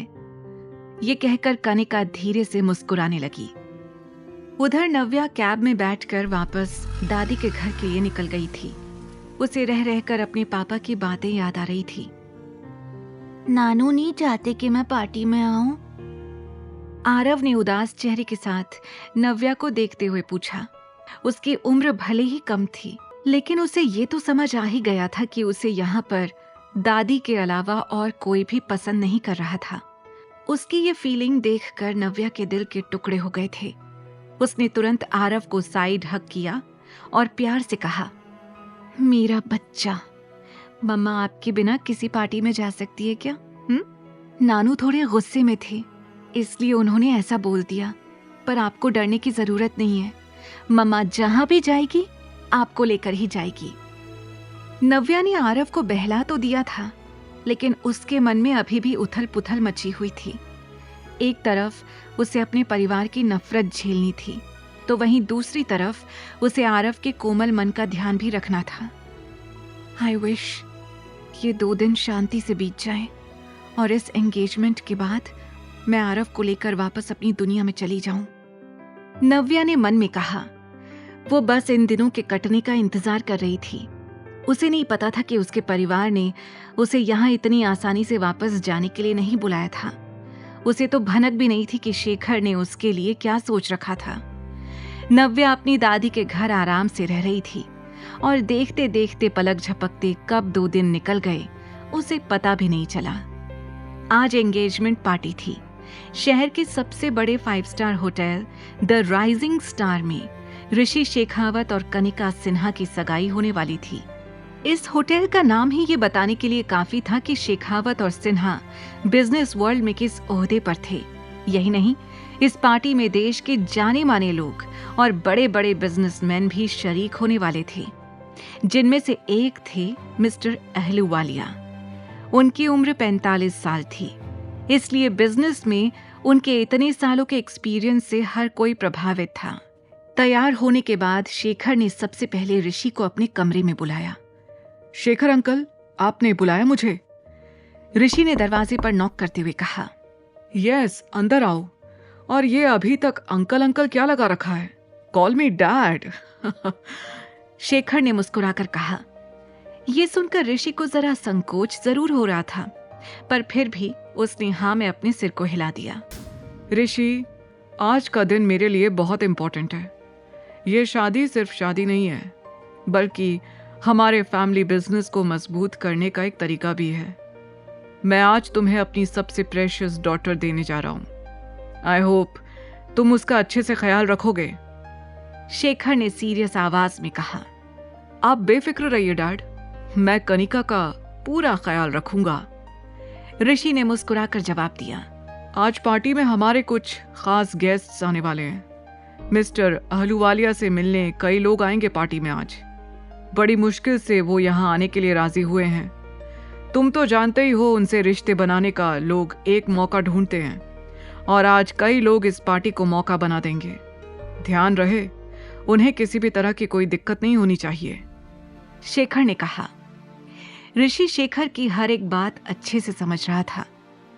तभी शेखर ने कुछ ऐसा कहा जिसे सुनकर ऋषि का मूड ही खराब हो गया।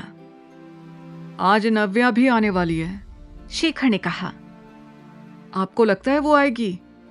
ऋषि ने हैरानी से पूछा। जरूर आएगी, मैंने बुलाया है उसे। वो मेरी बात नहीं टालेगी। वो मेरे एक फोन पर भागती हुई चंडीगढ़ वापस आ गई। वो इस पार्टी में जरूर आएगी, आई नो। शेखर ने कुछ सोचते हुए कहा। हाँ, बस आज वो कोई प्रॉब्लम ना क्रिएट करे। ऋषि ने गहरी सांस लेते हुए कहा। थोड़ी देर बाद सभी गेस्ट्स वेन्यू पर पहुंचने शुरू हो गए थे। कनिका आज खुशी से फूली नहीं समा रही थी। इस दिन के लिए उसने ना जाने कितने पापड़ बेले थे, इसलिए ये खुशी उससे छुपाए नहीं छुप रही थी। रेड कलर के गाउन में उसका फिगर शादीशुदा मिस्टर सिन्हा को उनकी वाइफ से दूर कर खुद उनसे शादी कर ली थी। क्या पता इसकी बेटी कनिका ने भी वही किया हो नव्या के साथ। आज अगर वो होती तो इस कनिका की तरफ कोई देखता भी नहीं। उसकी पर्सनालिटी के आगे कभी कनिका दिखाई नहीं दी, इसलिए तो जलती है कनिका अपनी बड़ी बहन से। नव्या का तो औरा ही कुछ अलग है। मेहमानों के बीच कनिका और नव्या को लेकर कंपैरिजन हो रहा था। तभी उनमें से किसी एक गेस्ट ने मजाक मस्ती में तेज आवाज में कहा, मिस्टर सिन्हा, आपकी बड़ी बेटी दिखाई नहीं दे रही, कहाँ है वो? जहां तक मुझे याद है ये तो वही ऋषि शेखावत है ना, जिससे आपकी बड़ी बेटी नव्या की शादी होने वाली थी। ये बात जोर से उठते ही मानो पूरे हॉल में सन्नाटा छा गया था। हर किसी का मुंह खुला और आंखें फटी रह गई थी। कनिका का मुस्कुराता चेहरा गुस्से में तब्दील हो गया था और ऋषि को अचानक नव्या याद आ गई थी। मेहमानों के बीच हो रही बातों से शेखर का खून खौल रहा था। इससे पहले कि शेखर इस बात का जवाब दे पाता, अचानक से लोगों ने पीछे पलटकर देखना शुरू कर दिया। वो देखो, नव्या आ गई। ब्लू साड़ी में नव्या आरव का हाथ पकड़े उस पार्टी में आ रही थी। वहां मौजूद हर गेस्ट का ध्यान एक ही पल में नव्या ने अपनी ओर खींच लिया था। Wow, how beautiful she is. वहां खड़े एक गेस्ट ने कहा। नव्या को आरव के साथ देखकर शेखर, कनिका, ऋषि और शिखा का पारा चढ़ गया था। शेखर घूर कर नव्या और आरव को देख रहा था। वो तमतमाते हुए आगे आया और नव्या के सामने खड़े होकर उसे दरवाजे पर ही रोक लिया। तुम यहाँ इस लड़के के साथ क्या कर रही हो? तुम जानबूझकर अपनी बहन की एंगेजमेंट पार्टी खराब करने आई हो ना? शेखर ने नव्या को घूरते हुए कहा। इस लड़के का नाम आरव है और आरव मेरा बेटा है। और वैसे भी आपने तो मुझे बेंगलुरु से इसी सगाई के लिए बुलाया है ना, तो लीजिए, आई एम हियर। नव्या ने भी शेखर की आंखों में देखते हुए कहा। डोंट यू, मैंने कहा था कि तुम इस लड़के को लेकर यहाँ नहीं आ सकती। अभी के अभी इसे यहाँ से भेजो, वरना मैं इसका हाथ पकड़कर इसे यहाँ से निकाल दूंगा। मेरे बेटे को छूने के बारे में सोचिएगा भी मत। अगर आपको मेरे यहाँ होने से इतनी ही दिक्कत है तो ठीक है, मैं चली जाती हूँ। इतना कहकर नव्या वहां से जाने के लिए मुड़ गई, पर तभी पीछे से कनिका की घबराई हुई आवाज आई। दीदी स्टॉप। वो दौड़ते हुए नव्या के पास आई और दिखावटी फिक्र के साथ बोली, तुम भी ना दीदी, डैड गुस्से में है। 2-4 शब्द ज्यादा कह भी दिए तो क्या तुम सच में यहाँ से चली जाओगी? नव्या को उसके एक्सप्रेशंस के साथ साथ उसकी एक एक बात भी फेक लग रही थी। तुम्हें देखकर डैड को सब कुछ याद आ जाता है। तुम जानती नहीं हो 6 साल पहले उन्होंने क्या कुछ सहा है, इसलिए वो फिर से कोई प्रॉब्लम नहीं चाहते। Please try and understand. Please अब गुस्सा छोड़ दो।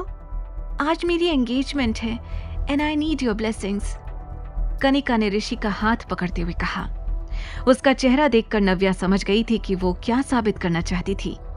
ऋषि को आज ऑफिशियली अपना बनाकर कनिका एक बार फिर नव्या को हारता हुआ देखना चाहती थी, इसलिए वो किसी भी तरह से उसे एंगेजमेंट तक रोक रही थी।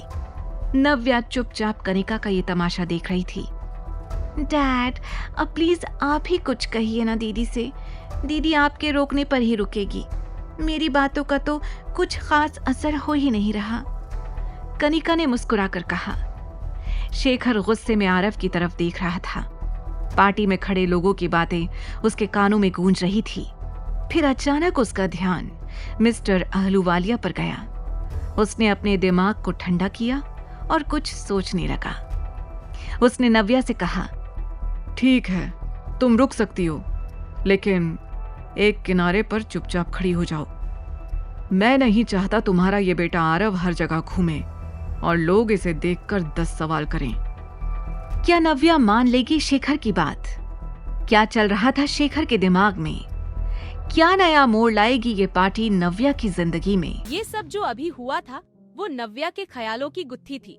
उसे अच्छे से याद था कि किस तरह उसके पिता ने उसके साथ एंगेजमेंट पार्टी में ज्यादती करी थी, किस तरह उन्होंने आरव के खिलाफ बुरे शब्दों का प्रयोग किया था, और आज वही आरव को किसी होटल में छुपाए हुए थे। आरव का नाम सुनते ही ऋषि के तन बदन में मानो आग सी लग जाती थी। उसे एक ही झटके में नव्या का दिया धोखा याद आ जाता था। I just hate that kid, Rishi ने दांत पीसते हुए चिढ़कर कहा। पर इस वक्त वो हमारी फैमिली के लिए इम्पोर्टेंट है, इसीलिए न चाहते हुए भी मुझे उसका ध्यान रखना पड़ेगा। डैड का ऑर्डर है। डोंट टेक स्ट्रेस, मैं भी तुम्हारे साथ चलता हूँ, कुछ सोचकर ऋषि ने कहा। सच, तुम चलोगे मेरे साथ? That would be a huge help, Kanika ने कहा और ऋषि को हक कर लिया। इसके बाद दोनों होटल जाने के लिए घर से बाहर निकलने लगे। आरव तक पहुंचने का यही सही मौका है, मुझे जल्द से जल्द इनका पीछा करना होगा, नव्या ने खुद से कहा, और उन दोनों के निकलते ही खुद भी पीछे से बाहर निकलकर आगे वाले गेट पर पहुंच गई। उसने छुपकर कनिका और ऋषि को कार से निकलते हुए देखा और उनके जाते ही तुरंत उसने एक ऑटो कर लिया। कुछ देर बाद उसने देखा ऋषि की कार होटल गैलेक्सी के सामने रुकी। कुछ दूरी पर ही नव्या ने ओमेटो रुकवा दी और वहीं पर उतर गई। वो किसी भी तरह का रिस्क नहीं लेना चाहती थी। आखिरकार बात आरव की थी। उसने उतर के देखा तो सामने एक आलीशान होटल था। नव्या ने उनके पीछे जाने की कोशिश की। वहाँ के स्टाफ मेंबर ने उसे रोक लिया। Excuse me ma'am, can I see your membership card? Staff member ने पूछा। सॉरी, मेरे पास कोई कार्ड नहीं है। उसकी नजर अभी भी ऋषि और कनिका पर थी। Then I am sorry ma'am, हम बिना मेंबरशिप कार्ड के आपको अंदर जाने नहीं दे सकते हैं, स्टाफ मेंबर ने फॉर्मल तरह से कहा। इसी होटल के 5वें फ्लोर पर एक प्रेसिडेंशियल स्वीट था जहां सिर्फ अमीर आकर ठहरते थे। आज इस कमरे में अविनाश अपने डैड रतन आहूजा और मॉम शिरीन आहूजा के साथ डिनर करने के लिए आया था। शिरीन और रतन कुछ समय से बिजनेस के सिलसिले में लंदन थे। कल ही वो लंदन से वापस चंडीगढ़ आए थे, इसलिए वो सबसे पहले अपने बेटे अविनाश के साथ क्वालिटी टाइम स्पेंड करना चाहते थे। तुम्हें हमारे साथ लंदन आना चाहिए था, इट वॉज ग्रेट, शिरीन ने कहा। दिखने में स्मार्ट, एलिगेंट और क्लासी शिरीन हमेशा से वर्किंग थी। लाइफ में सब कुछ हासिल किया था, लेकिन अब उनकी बस एक ही चिंता थी, अविनाश की शादी। आई नो मॉम, लंदन जाकर भी आप मेरा पीछा नहीं छोड़ देने वाली थी। मुझे पता है वहाँ भी किसी न किसी लड़की से मिलवाने का प्लान था आपका, अविनाश ने सैलेड खाते हुए कहा। हाँ तो माँ हूँ तुम्हारी, फिक्र होती है मुझे तुम्हारी। रतन, तुम ही बोलो, मैं क्या कुछ गलत कह रही हूँ? शिरीन ने परेशान होकर कहा। शिरीन, डोंट फोर्स हिम, रतन ने प्यार से कहा। यही वजह है कि ये अब मेरी बात नहीं सुनता। अपने डैड का सपोर्ट जो मिलता है उसे। मॉम प्लीज, अविनाश ने कहा। अभी माना कि पिछले सालों में तुम काफी बिजी थे, इस कंपनी को कहां से कहां पहुंचाया है तुमने, दिन रात मेहनत की तुमने। इस दौरान तुम्हें अपनी लाइफ के बारे में सोचने का टाइम ही नहीं मिला होगा। आई अंडरस्टैंड दैट, लेकिन अब तो सब कुछ स्टेबल है। तुम कंट्री के टॉप बिजनेसमैन में से एक हो, तुम्हारी एक अलग पहचान है। अब तुम्हें आगे के बारे में सोचना चाहिए, शिरीन ने अविनाश को समझाते हुए कहा। एक माँ होने के नाते शिरीन के भी वही अरमान थे जो हर माँ के होते हैं। शिरीन सही कह रही है, company is doing well now. अब तुम्हें अपनी शादी के बारे में सोचना चाहिए। मुझे तो समझ नहीं आता कि अभी तक तुम्हारी कोई गर्लफ्रेंड कैसे नहीं बनी। ये सुनकर अविनाश ने इरिटेट होकर कहा, डैड, मैं शादी करने से मना नहीं कर रहा हूँ, लेकिन मैं ये सिर्फ करने के लिए नहीं करना चाहता। There has to be emotions. Avinash ये कह ही रहा था कि तभी उसकी नजर विंडो से बाहर गई। उसने स्वीट के बाहर जो देखा, उसने उसका ध्यान पूरी तरह से अपनी ओर खींच लिया था। ये यहाँ भी, उसने मन में सोचा। अविनाश साफ देख पा रहा था कि नव्या घबराई परेशान सी होटल के बाहर थी। उसी वक्त शीरीन का ध्यान अविनाश की तनी हुई आईब्राउज पर गया। उसने तुरंत पूछा, Avi, what happened? Is everything all right? ये आवाज सुनते ही अविनाश ने वापस अपना ध्यान अपने डिनर पर लगा लिया। नथिंग मच कहकर वो ऐसे प्रिटेंड करने लगा जैसे उसने नव्या को देखा ही नहीं। उसने अपनी नजर नव्या से जरूर हटा ली थी, लेकिन उसके मन और दिमाग में अभी भी वही घूम रही थी। ये यहाँ क्या कर रही है? मेरा पीछा? पर क्यों? चाहती क्या है ये? वो डिनर के वक्त मन ही मन सोच रहा था। यहाँ होटल के बाहर नव्या ने भी विंडो के अंदर अविनाश का चेहरा देख लिया था, लेकिन उसने भी अविनाश से अपना ध्यान तुरंत हटा लिया। तो वो बस यही सोच रही थी कि आरव को इस होटल से बाहर कैसे निकाले, और उससे भी पहले वो खुद इस होटल के अंदर कैसे जाए। तभी उसका ध्यान सामने लगे हुए बोर्ड पर गया, जिस पर लिखा हुआ था, we are hiring waiter and waitresses. ये पढ़कर नव्या ने सोच लिया कि उसको क्या करना है। वो तुरंत तेजी से अंदर गई और अंदर जाकर उसने होटल स्टाफ से कहा, मेरे पास यहाँ का मेंबरशिप कार्ड नहीं है, क्योंकि मैं यहाँ वेट्रेस की जॉब के लिए अप्लाई करने के लिए आई हूँ। नव्या ने एक्साइटमेंट से कहा। ये सुनकर रिसेप्शनिस्ट हैरान रह गई। नव्या को देखकर उसे लग नहीं रहा था कि वो वेट्रेस बनना चाहती होगी। उसने असिस्टेंट मैनेजर को बुलाया, जिसने आते ही नव्या को सर से पैर तक ध्यान से देखा। आर यू श्योर तुम ये जॉब करना चाहती हो? यस सर, मुझे इस जॉब की बहुत जरूरत है, नव्या ने कहा। पर तुम्हें देखकर नहीं लगता, असिस्टेंट मैनेजर ने कहा। नव्या दिखने में इतनी सुंदर, स्मार्ट और एलिगेंट थी कि किसी का भी इस बात भरोसा कर पाना मुश्किल होता। मैंने पहले भी ये काम किया है, कहकर नव्या ने एक झूठी कहानी मैनेजर को सुना दी। वो बस किसी तरह से होटल के अंदर जाना चाहती थी। बात करने पर मैनेजर को नव्या बहुत हार्ड वर्किंग और डेडिकेटेड लगी। ठीक है, तुम कल से आ सकती हो। ये सुनकर इतनी खुश थी कि वो चाहकर भी अपनी एक्साइटमेंट छुपा नहीं पा रही थी। Thank you so much sir, क्या मैं आज इस होटल को अच्छे से देख सकती हूँ? मैं चाहती हूँ कि कल से मुझे यहाँ पर सब कुछ पता हो, ताकि मुझे काम करने में कोई प्रॉब्लम ना आए, नव्या ने कहा। मैनेजर ने आज तक किसी कैंडिडेट को वेटर बनने के लिए इतना एक्साइटेड नहीं देखा था। उसने तुरंत अपनी असिस्टेंट रितिका को बुलाया। रितिका, नव्या को हमारा होटल दिखा दो। रितिका और नव्या ने एक दूसरे को मुस्कुराकर देखा। दोनों वहाँ से होटल घूमने के लिए निकलने ही वाले थे कि तभी पीछे से मैनेजर ने आवाज लगाई, नव्या, ध्यान रहे, 5th फ्लोर पर हमारे बहुत खास गेस्ट हैं। एक बहुत रिच और पावरफुल फैमिली है, उन्हें किसी तरह का डिस्टर्बेंस नहीं होना चाहिए। नव्या ने हाँ में सर हिलाया और उसके बाद रितिका के साथ निकल गई। उसे तो बस किसी तरह से आरव तक पहुंचना था। रितिका नव्या को होटल का हर एक कोना दिखा रही थी, लेकिन उससे पहले नव्या ने भी रितिका की तरह होटल की यूनिफॉर्म पहन ली थी। रितिका अपने काम की पक्की थी, इसलिए वो जरा सी भी लापरवाही नहीं चाहती थी। हर एक फ्लोर पर जाकर रितिका नव्या को वहाँ के बारे में डिटेल में बता रही थी, पर नव्या की नजरें और ध्यान तो कहीं और ही था। उसे खोया हुआ देखकर रितिका ने पूछ ही लिया, Navya, are you all right? Nothing, I just wanted to ask कि सर्वेलेंस रूम कहाँ है? नव्या ने सीधे मुद्दे की बात की। ये सुनकर रितिका को अजीब लगा। क्यों? तुम सर्वेलेंस रूम क्यों जाना चाहती हो? बस ऐसे ही, होटल का हार्ट तो सर्वेलेंस रूम ही होता है ना। किसी भी तरह की इमरजेंसी में वहीं पर जाना पड़ता है, बस इसीलिए पूछा। रितिका ने मुस्कुराते हुए नव्या को सर्वेलेंस रूम का रास्ता भी बता दिया। थैंक यू, तुम मेरे लिए इतना सब कुछ कर रही हो, नव्या ने कहा। वी आर कॉलीग्स, ये तो मेरा काम है, रितिका ने कहा और फिर से नव्या को होटल दिखाने में बिजी हो गई। अब जब सर्वेलेंस रूम का पता चल गया था, तो नव्या होटल घूमकर अपना टाइम वेस्ट नहीं करना चाहती थी। उसने रितिका से वॉशरूम का बहाना किया और वहाँ से निकल गई। यहाँ अविनाश और उसकी फैमिली का डिनर पूरा हो चुका था। डिनर के बाद रतन और शीरीन घर निकल रहे थे। तुम भी हमारे साथ घर चलते। रतन ने कहा।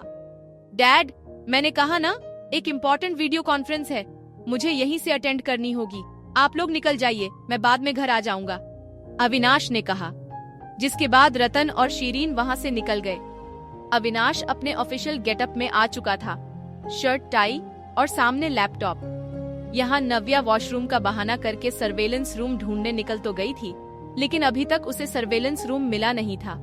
वो रितिका के बताए हुए फ्लोर पर घूम रही थी, लेकिन उसे समझ नहीं आ रहा था कि रितिका ने किस डायरेक्शन में जाने के लिए कहा था। तभी अचानक नव्या एक लिफ्ट के सामने आ गई और लिफ्ट का दरवाजा खुल गया। दरवाजा खुलते ही नव्या ने देखा कि लिफ्ट के अंदर ऋषि और कनिका थे।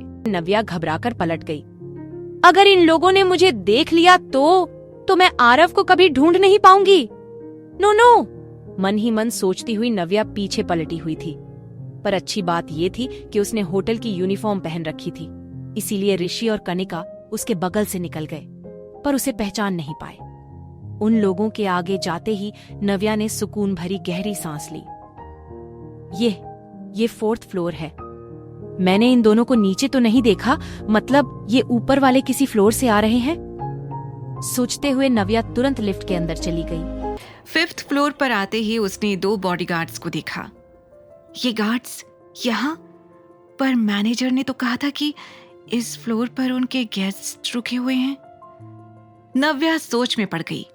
उसे याद आ रहा था कि मैनेजर ने उसे इस फ्लोर से दूर रहने के लिए कहा था, लेकिन वो छुपकर अभी भी गार्ड्स को देख रही थी। दोनों गार्ड्स एक रूम के बाहर खड़े थे, कभी उसके दाएं घूमते तो कभी बाएं, लेकिन थे वो उसी कमरे के आगे। कुछ तो है इस कमरे में, पर क्या? कहीं आरव इसी रूम में तो नहीं? नव्या के दिमाग में आया। अभी वो आरव को ढूंढने का एक भी मौका हाथ से नहीं जाने देना चाहती थी। उसे पहले तो मैनेजर की बात याद करके आगे जाने से डर लग रहा था, लेकिन फिर उसने सोचा, हो सकता है डैड ने ही यहाँ के मैनेजर से बात की हो और उनसे कहा हो कि किसी को भी इस फ्लोर पर आने मत दें। शायद डैड ने ही यहाँ पर गार्ड्स भी लगाए हों ताकि कोई आरव तक पहुंच ही ना पाए। मुझे एक बार तो इस कमरे के अंदर जाकर देखना ही होगा। अगले ही पल उसने डिसाइड किया कि वो कैसे भी करके उस कमरे के अंदर जाएगी। उसे भरोसा हो गया था कि आरव उसी कमरे के अंदर है, पर अगला सवाल ये था कि कैसे? इन 2 हट्टे कट्टे गार्ड्स के बीच से कैसे जा पाएगी वो उस रूम के अंदर? तभी उसे एक हाउसकीपिंग वाला नजर आया, जिसके हाथ में खाने की ट्रॉली थी और वो उसी कमरे की तरफ जा रहा था जहां गार्ड्स खड़े हुए थे। नव्या तेजी से उसके पास गई और उसने कहा, हाय, ये मुझे दे दो, मैं ले जाती हूँ इस रूम में। You look so tired. उसकी ये बात सुनकर हाउसकीपिंग स्टाफ मेंबर हैरान हो गया। उसने नव्या को पहले इस होटल में कभी नहीं देखा था। उसने सर से लेकर पैर तक उसे ध्यान से देखते हुए पूछा, तुम कौन हो? मैंने आज ही ज्वाइन किया है ये होटल, इसलिए शायद तुमने मुझे देखा ही नहीं होगा। वैसे भी इतना बड़ा होटल है और इतने सारे एम्प्लॉइज, लोग कैसे ही पहचानेंगे एक दूसरे को? नव्या ने हड़बड़ा कर कहा। उस स्टाफ मेंबर को नव्या की बातें थोड़ी अजीब लग रही थी, लेकिन नव्या की यूनिफॉर्म यही कह रही थी कि वो इसी होटल का स्टाफ है। इससे पहले कि वो नव्या पर शक करता, नव्या ने उसके हाथ से फूड ट्रॉली ले ली। ये मुझे दे दो, मैं हैंडल कर लूंगी, तुम ना जाकर रेस्ट करो। वैसे भी तुम्हारे चेहरे से ऐसा लग रहा है जैसे तुमने पिछले कुछ दिनों से ठीक से रेस्ट नहीं किया है, नव्या ने झूठ बोलते हुए कहा। उसके जाते ही नव्या ने गहरी सांस ली और गार्ड्स वाले रूम की तरफ बढ़ने लग गई। बस अब आरव मुझसे थोड़ी ही दूर है, एक बार मैं उसे देख लूं, फिर मुझे उसे यहां से ले जाने से कोई नहीं रुक सकता। मन में सोचती हुई नव्या गेट तक पहुंची तो वहां खड़े गार्ड्स उसे देखने लग गए। इससे पहले कि वो कुछ पूछते, नव्या ने कहा, डिनर। गार्ड्स ने उसकी यूनिफॉर्म और हाथ में ट्रॉली को देखकर उसे रूम में जाने दिया। जैसे ही वो रूम के अंदर गई, उसने एक बड़ा आलीशान खुशबूदार कमरा देखा जिसमें कोई भी नजर नहीं आ रहा था। आरव कहाँ है? नव्या ने धीरे से खुद से पूछा। उसने खाने की ट्रॉली वहीं पर छोड़ी और कमरे के हर एक कोने में आरव को ढूंढने लग गई, पर उसी वक्त उसे रियलाइज हो गया कि इस कमरे में कोई भी नहीं है। ये कैसे हो सकता है? जब ये कमरा खाली है तो बाहर खड़े वो गार्ड्स खाली कमरे की पहरेदारी कर रहे हैं। वो मन ही मन सोच रही थी। उसे लग रहा था कि कहीं ये भी आरव को छुपाने के लिए उसके डैड की तरफ से कोई चालाकी तो नहीं। तभी अचानक उसके कानों में पानी की आवाज आई। उसने पलट कर देखा तो उसके ठीक पीछे बाथरूम था, जिसका दरवाजा हल्का पारदर्शी था। उसने देखा कि एक लंबा और गोरा आदमी बाथरूम के अंदर शावर से नहा रहा था। ये नजारा देखते ही नव्या पीछे पलट गई। ओ तेरी, ये मैं कहाँ आ गई? ये तो किसी और का कमरा है।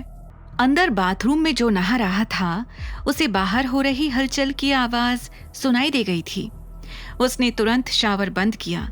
शावर बंद करते ही कमरे में और भी ज्यादा सन्नाटा छा गया था। ये बाहर किस तरह की आवाज हो रही है? मेरे कमरे में कौन है? कहकर उस शख्स ने तुरंत अपनी टॉवल कमर पर लपेटी। यह नव्या तेजी से उठकर खड़ी हो गई थी और फिर से कमरे से बाहर भाग रही थी, लेकिन जल्दबाजी में एक बार फिर उसका पैर फिसल गया और वो दरवाजे से भिड़ गई। इस बार उसने खुद को गिरने से बचा लिया, लेकिन उसके पैर में चोट आ गई थी। मुझे निकलना होगा जल्द से जल्द। नव्या खुद से बोले जा रही थी, लेकिन तभी बाथरूम का दरवाजा खुला। तुम फिर यहां आ गई?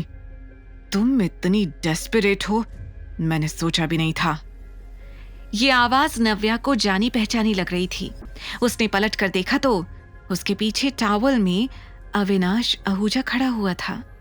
उसे फिर एक बार अपने सामने देखकर नव्या ने अपना सिर पकड़ लिया। ओह नो, पूरी दुनिया में मुझे इसी का कमरा मिला था अंदर आने के लिए। उसने खुद से इरिटेट होकर कहा। जिस तरह से अविनाश की नजरें उसे घूर रही थी, वो समझ गई थी कि अविनाश जरूर कुछ गलत ही समझ रहा होगा। नव्या ने एक गहरी सांस लेते हुए अंदर आकर कहा, what a coincidence. Yes, what a coincidence miss Navya. Avinash की आवाज में शक और गुस्सा दोनों सुनाई दे रहे थे। नव्या इस वक्त अपनी सफाई देना तो नहीं चाहती थी, लेकिन उसे पता था कि उससे यहां आकर एक बड़ी गलती हो गई थी। वो पूरी तरह से अविनाश की ओर देख भी नहीं पा रही थी। टॉवल में उसे देखकर वो बार बार हेजिटेशन से अपनी नजरें नीचे कर ले रही थी। देखिए मिस्टर आहूजा, अगर मैं आपसे कहूं कि मेरा यहाँ इस तरह से कमरे में आना सिर्फ एक एक्सीडेंट था, तो क्या आप मेरा यकीन करेंगे? नव्या ने घबराई हुई हालत में कहा। यह सुनकर अविनाश को हंसी आ गई। वो धीरे धीरे नव्या के पास आया और उसके कानों के पास आकर गहरी सांस में कहा, हाँ, तुम्हें सच में लगता है मैं तुम्हारा यकीन करूंगा? रियली? मैं तो यहाँ सिर्फ अपने बेटे को ढूंढने के लिए आई थी। बाहर खड़े गार्ड्स को देखकर मुझे लगा कि वो यहाँ इस कमरे में है। आई एम सो सॉरी, नव्या ने घबरा कर कहा। वो बस किसी तरह से अब इस कमरे से निकलना चाहती थी, पर अविनाश को उसकी बातें मजाक से कम नहीं लग रही थी। हाँ, अभी भी अपने बेटे को यूज कर रही हो। Don't you have any shame? अगर मेरे करीब ही आना चाहती थी तो पहले कह देती। आप गलत समझ रहे हैं। मैं आपके पीछे क्यों आऊंगी? मुझे सिर्फ अपना बेटा चाहिए। प्लीज मुझे यहां से जाने दीजिए। मुझे आरव को ढूंढना है, उसने घबरा कर कहा और अपने आप को अविनाश से दूर करने की कोशिश की। लेकिन उससे पहले ही अविनाश ने उसके हाथ को मरोड़कर पीछे कर दिया। देखिए मिस्टर, मैं इस कमरे में गलती से आ गई और इसके लिए मैंने आपको सॉरी भी कह दिया है। अब इसके आगे आप क्या सोचते हैं और क्या नहीं, मुझे इससे कोई फर्क नहीं पड़ता है। इतना कहकर नव्या ने इस बार अपने दोनों हाथों की ताकत से अविनाश को जोर से पीछे की ओर धक्का दिया और खुद से दूर कर दिया।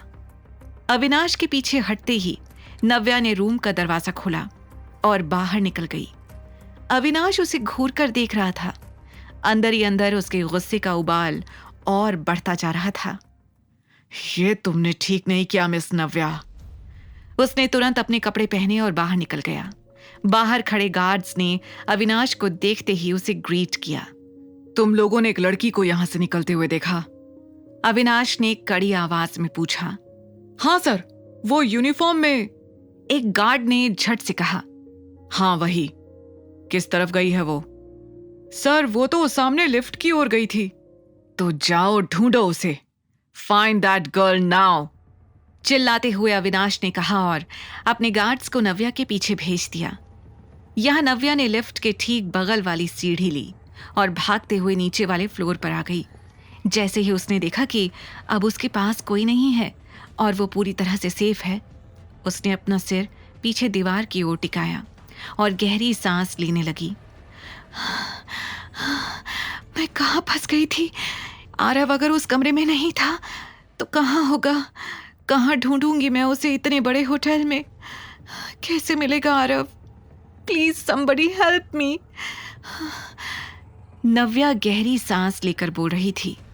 उसकी धड़कनें तेज थीं और आंखें नम। तभी सामने से एक आवाज आई, हे नव्या। नव्या ने घबराकर अपनी आंखें खोली तो देखा कि उसके सामने रितिका खड़ी हुई थी। रितिका को देखकर वो और भी ज्यादा डर गई। उसे समझ नहीं आ रहा था कि वो उसके सवालों का क्या जवाब देगी। तुम कहाँ गायब हो गई थी? I was searching for you everywhere. Navya को पता था कि रितिका जरूर उससे ये सवाल पूछेगी। नव्या ने कुछ सोचा और कहा, वो मैं वॉशरूम गई और उसके बाद रास्ता ही भूल गई। इतना बड़ा होटल है, सारे फ्लोर्स एक जैसे, मैं बहुत कंफ्यूज हो गई थी। नव्या, इसीलिए तो मैंने तुम्हें साथ रहने के लिए कहा था। एनीवेज, अब तुम इधर उधर मत जाना और मेरे साथ ही रहना। याद है ना मैनेजर सर ने क्या कहा था?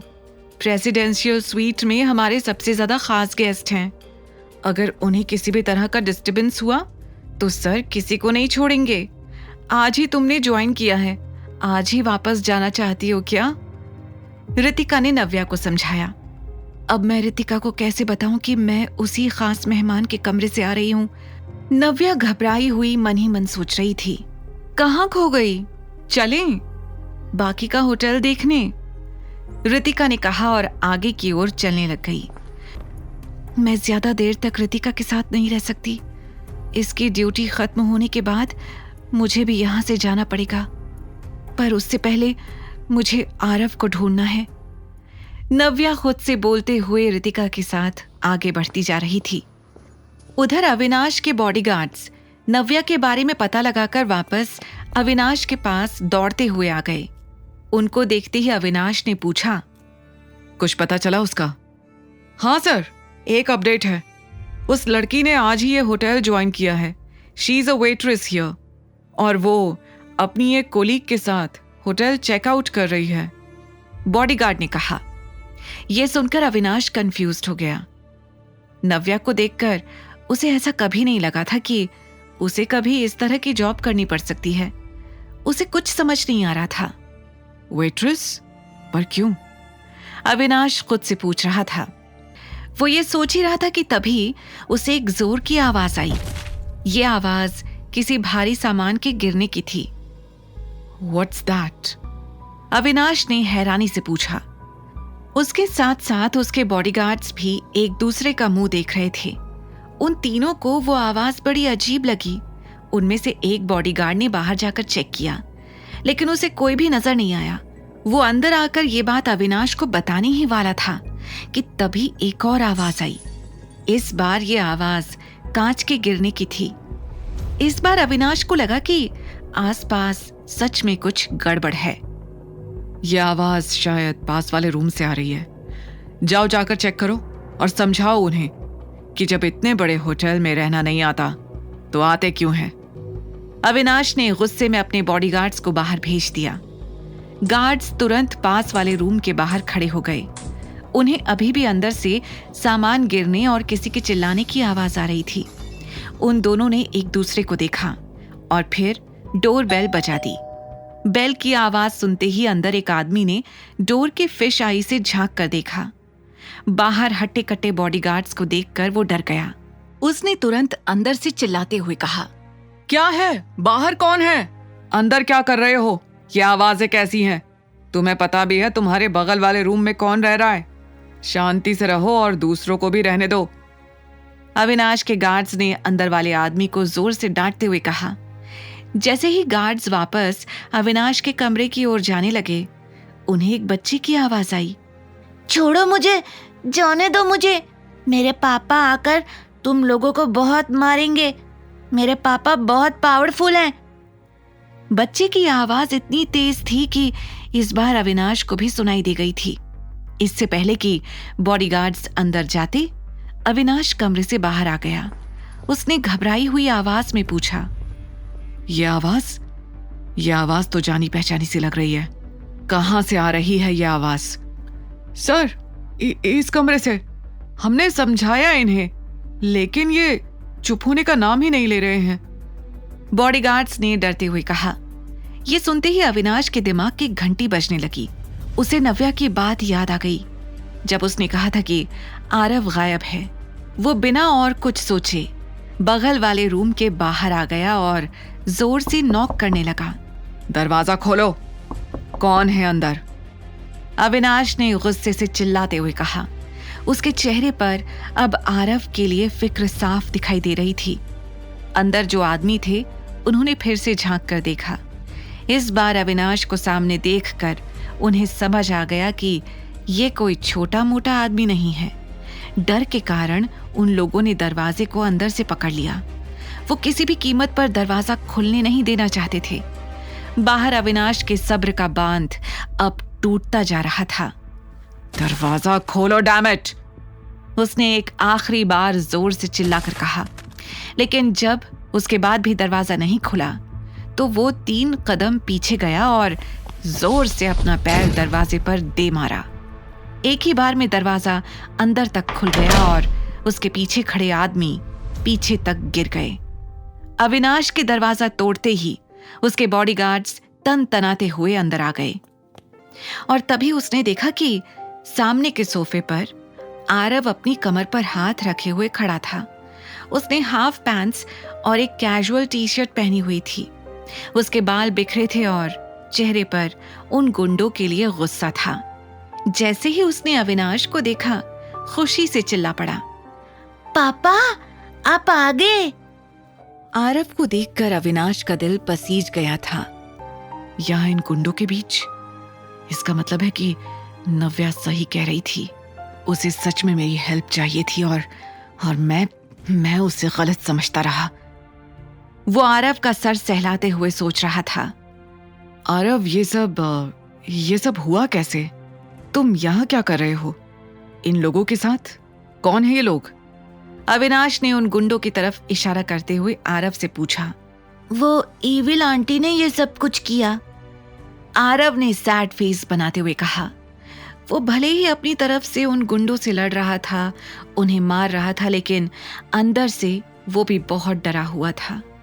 अविनाश को देखते ही उसकी जान में जान आ गई थी। Evil aunty? हाँ, कनिका मौसी ने मुझे यहाँ इन लोगों के साथ छोड़ा है। मैंने उनसे कितना कहा था कि मुझे यहाँ नहीं रहना, मुझे मम्मा के पास जाना है, लेकिन उन्होंने नहीं सुना।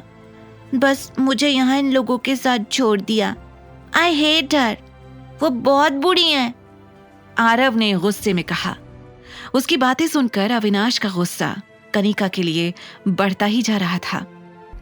तभी अविनाश को नव्या की बात याद आई, जब उसने बताया था कि शेखर सिन्हा ने ही आरव को किडनैप किया है। ये सोचकर उसने आरव से कहा, आरव, तुम्हारी आंटी ने तुम्हें यहाँ बंद क्यों किया है? ये कब हुआ? कल पार्टी में तो तुम अपनी मम्मा के साथ ही थे। अविनाश को लगा नहीं था कि आरव उसके इस सवाल का जवाब दे पाएगा, लेकिन उसने जितना सोचा था, आरव उससे भी ज्यादा स्मार्ट निकला। कल पार्टी के बाद जैसे ही आपने मम्मा को हॉस्पिटल में एडमिट किया था, वो ईविल आंटी मेरे पास आ गई थी। उन्होंने मेरा हाथ पकड़ा और मुझे यहाँ से ले गई। उन्होंने कहा कि जब तक मैं यहाँ रहूँगा, मम्मा नानू की बात सुनेगी और वैसे ही करेगी जैसे नानू कहेंगे। उसकी मासूम आवाज में ये सब कुछ सुनकर अविनाश का गुस्सा बढ़ता ही जा रहा था। नानू, नानी और ईविल आंटी अच्छे नहीं है। वो हर टाइम मम्मा को परेशान करते रहते हैं। They are very bad. Avinash को यकीन नहीं हो रहा था कि शेखर सिन्हा ने अपनी ही बेटी को परेशान करने के लिए उसके बेटे का किडनैप किया था। सच अ शेमलेस फादर। कोई ऐसा कैसे कर सकता है? उसके मुंह से गुस्से से निकला। उसने तुरंत आरव को बेड पर प्यार से बैठाया और अपना फोन उठाकर उसे दिया। लो, अपनी मम्मा को कॉल करके बुलाओ, उन्हें कहो कि तुम्हें लेने के लिए आ जाए। ये सुनकर आरव ने बहुत ही एक्साइटेड तरीके से अविनाश का फोन हाथ में ले लिया, लेकिन जैसे ही वो नव्या का नंबर डायल करने वाला था, उसके मन में एक सवाल आया और उसने पूरे हक के साथ पूछा, पापा, क्या आप मुझे और मम्मा को अपने साथ अपने घर नहीं लेकर जाओगे? ये सुनते ही अविनाश ब्लैंक हो गया था। उसे समझ ही नहीं आ रहा था कि उसे आरव को क्या जवाब देना चाहिए। बोलो ना पापा, आप कुछ बोल क्यों नहीं रहे? इस बार अविनाश के लिए आरव को जवाब देना जरूरी हो गया था। आरव, मैंने आपसे पहले भी कहा है कि मैं आपका पापा नहीं हूँ। आपकी मम्मा अगर सुनेगी तो वो गुस्सा होगी। पर आप ही मेरे पापा हो, मुझे पता है। आरव ने इस बार और जिद से कहा, आरव, मैंने कहा ना, मैं आपका पापा नहीं हूँ। अच्छा, अब अपनी मम्मा को फोन करो, वो आपको लेने आएगी। पर पापा, आप... आरव कुछ कहने वाला था, लेकिन तभी अविनाश उठकर वॉशरूम में चला गया। अब मैं आरव को कैसे समझाऊं कि हाँ बोलकर मैं उसे कोई झूठी उम्मीद नहीं देना चाहता। अविनाश मन ही मन सोच रहा था। आरव की आंखों में अभी तक जो आंसू रुके हुए थे वो बहने शुरू हो गए थे। वो इस वक्त बहुत अकेला फील कर रहा था। मम्मा का फोन नहीं लग रहा और पापा वो कहते हैं कि वो मेरे पापा ही नहीं है। मेरे पास अब कोई भी नहीं है। मम्मा भी पता नहीं कहाँ चली गई। मैं बिल्कुल अकेला हो गया हूँ। तभी वॉशरूम का दरवाजा खुला और अविनाश ने बाहर आकर आरव की हालत देखी।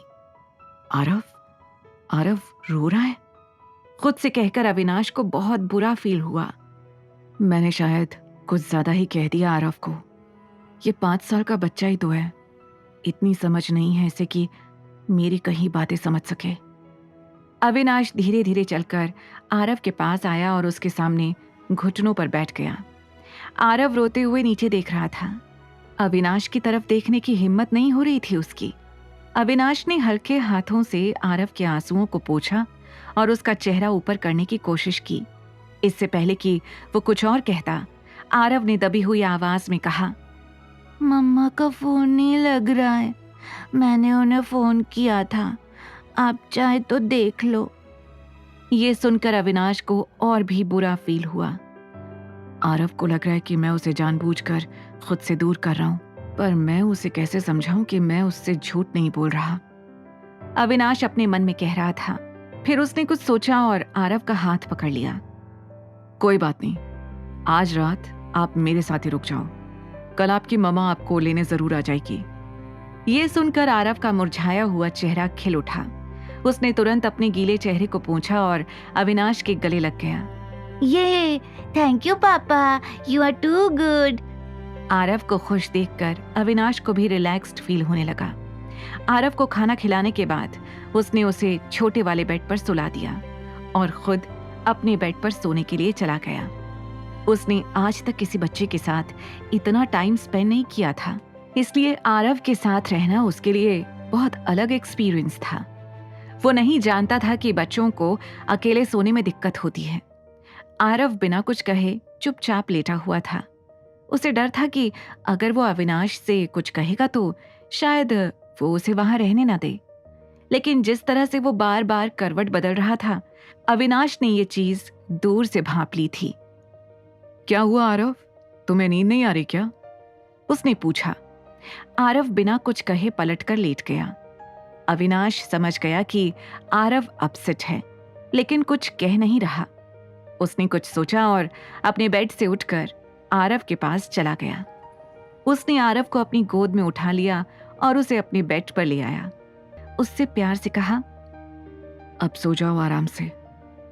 आरव एकटक अपनी टिमटिमाती आंखों से अविनाश को देखे जा रहा था। आपको कैसे पता चला कि मुझे अकेले नींद नहीं आती? आरव ने पूछा। ये सुनकर अविनाश ने उसे मुस्कुराकर देखा और कहा, बस चल गया, अब तुम सो जाओ। ये क्या हो रहा है मुझे? मैं इस बच्चे की हर बात क्यों मान रहा हूं? I mean, ये सब मुझे करते हुए अजीब भी लग रहा है और मैं खुद को रोक भी नहीं पा रहा हूं, पर क्यों? अविनाश खुद से कई सवाल पूछ रहा था पर उसके पास कोई जवाब नहीं था। उधर रात भर आरव को याद करते हुए नव्या को एक पल भी नींद नहीं आई थी। उसे बस अगले दिन का इंतजार था ताकि वो आरव को जल्द से जल्द वापस ला सके। अगली सुबह वो वक्त से पहले ही होटल पहुंच गई। उसे वहां पर देखकर मैनेजर ने खुशी से कहा, गुड वर्क, तुम टाइम से पहले आ गई। I really like your dedication. इसलिए मैं तुम्हें बड़ी जिम्मेदारी दे रहा हूँ। हमारे टॉप फ्लोर पर VIP गेस्ट्स हैं, वहां पर तुम ड्यूटी करोगी। बस ध्यान रहे कोई गलती नहीं होनी चाहिए। ये सुनते ही नव्या को अविनाश की भूरी आंखें याद आ गईं, जो उसे कल घूर रही थीं। अपनी नौकरी बचाने के लिए उसने हाँ कह दिया। वैसे भी वो खुद अविनाश को दोबारा फेस नहीं करना चाहती थी। जैसे ही वो लिफ्ट के पास आई, उसने खुद से कहा, VIP गेस्ट अगर टॉप फ्लोर पर रुके हैं तो हो सकता है कि आरव को भी पापा ने वहीं पर रुकवाया हो। वो किसी भी तरह का रिस्क नहीं लेंगे। मुझे 5th फ्लोर के बाकी स्वीट्स को भी चेक करना चाहिए। जैसे ही लिफ्ट खुली, नव्या भागती हुई उससे बाहर निकली, लेकिन तभी उसे एक और लिफ्ट की आवाज सुनाई दी। उसने अपनी दाईं ओर देखा तो वहां से कोई आ रहा था। वो तुरंत छुप गई। उसने देखा कि बगल वाली लिफ्ट से कनिका आ रही है। उसे देखते ही नव्या की आंखें चौड़ी हो गईं। कनिका यहाँ? इसका मतलब है कि आरव भी इसी फ्लोर पर है। ये सोचकर उसने कनिका पर अपनी आंखें टिका ली। उसने देखा कि कनिका अविनाश के ठीक बगल वाले रूम में चली गई। नव्या ने उसका पीछा किया। जैसे ही कमरे का दरवाजा खुला, कनिका तेजी से अंदर चली गई। नव्या ने कमरे के बाहर खड़े होकर दरवाजे पर अपने कान लगा लिए। जैसे ही कनिका कमरे के अंदर गई, उसके होश उड़ गए। चारों ओर बिखरा हुआ सामान और उतरी हुई शक्ल के 2 आदमी। उसने चिल्लाकर पूछा, आरव कहाँ है? उसके इस सवाल पर दोनों आदमियों ने अपने सिर झुका लिए। ये देखकर कनिका का मानो खून खौल गया था। अरे कुछ बोलो, आरव कहाँ है? उन दोनों आदमियों ने एक दूसरे को डरते हुए देखा। वो कुछ कह पाते उससे पहले ही उन्हें अविनाश का चेहरा याद आ गया। इसलिए उन दोनों ने घबराई हुई हालत में कहानी बना ली। मैडम, मैं बाहर गया था होटल वालों से सिक्योरिटी को लेकर बात करने, और ये बस थोड़ी देर के लिए बाथरूम गया था। बस तभी उस चालाक लड़के को यहाँ से भागने का मौका मिल गया। मैंने चाबी वहाँ ऊपर रखी थी मैडम, लेकिन वो खोते दा पुत्र, उसने चढ़कर चाबी ले ली और यहाँ से भाग गया। कनिका को इस कहानी पर यकीन नहीं हो रहा था। उसे समझ नहीं आ रहा था कि इतना जरा सा बच्चा इतने हट्टे कट्टे आदमियों के बीच से निकल कैसे गया। तुम दोनों का दिमाग खराब है क्या? पता है ना वो बच्चा हमारे लिए कितना इम्पोर्टेंट था। अगर वो नहीं मिला तो हम नव्या से क्या कहेंगे? उसकी माँ हमारी बात कैसे सुनेगी? कनिका ने चिल्लाते हुए कहा और दोनों आदमियों को जोर से थप्पड़ लगाए। उसकी आवाज इतनी तेज थी कि बाहर खड़ी नव्या के कानों तक भी पहुंच गई थी। उसने तेजी से दरवाजा खोला और अंदर आ गई। उसे देखकर कनिका का मुंह खुला का खुला रह गया। तुम यहाँ क्या कर रही हो? You shut up. मेरा बेटा कहाँ है? ये सुनकर वो दोनों आदमी और भी ज्यादा घबरा गए।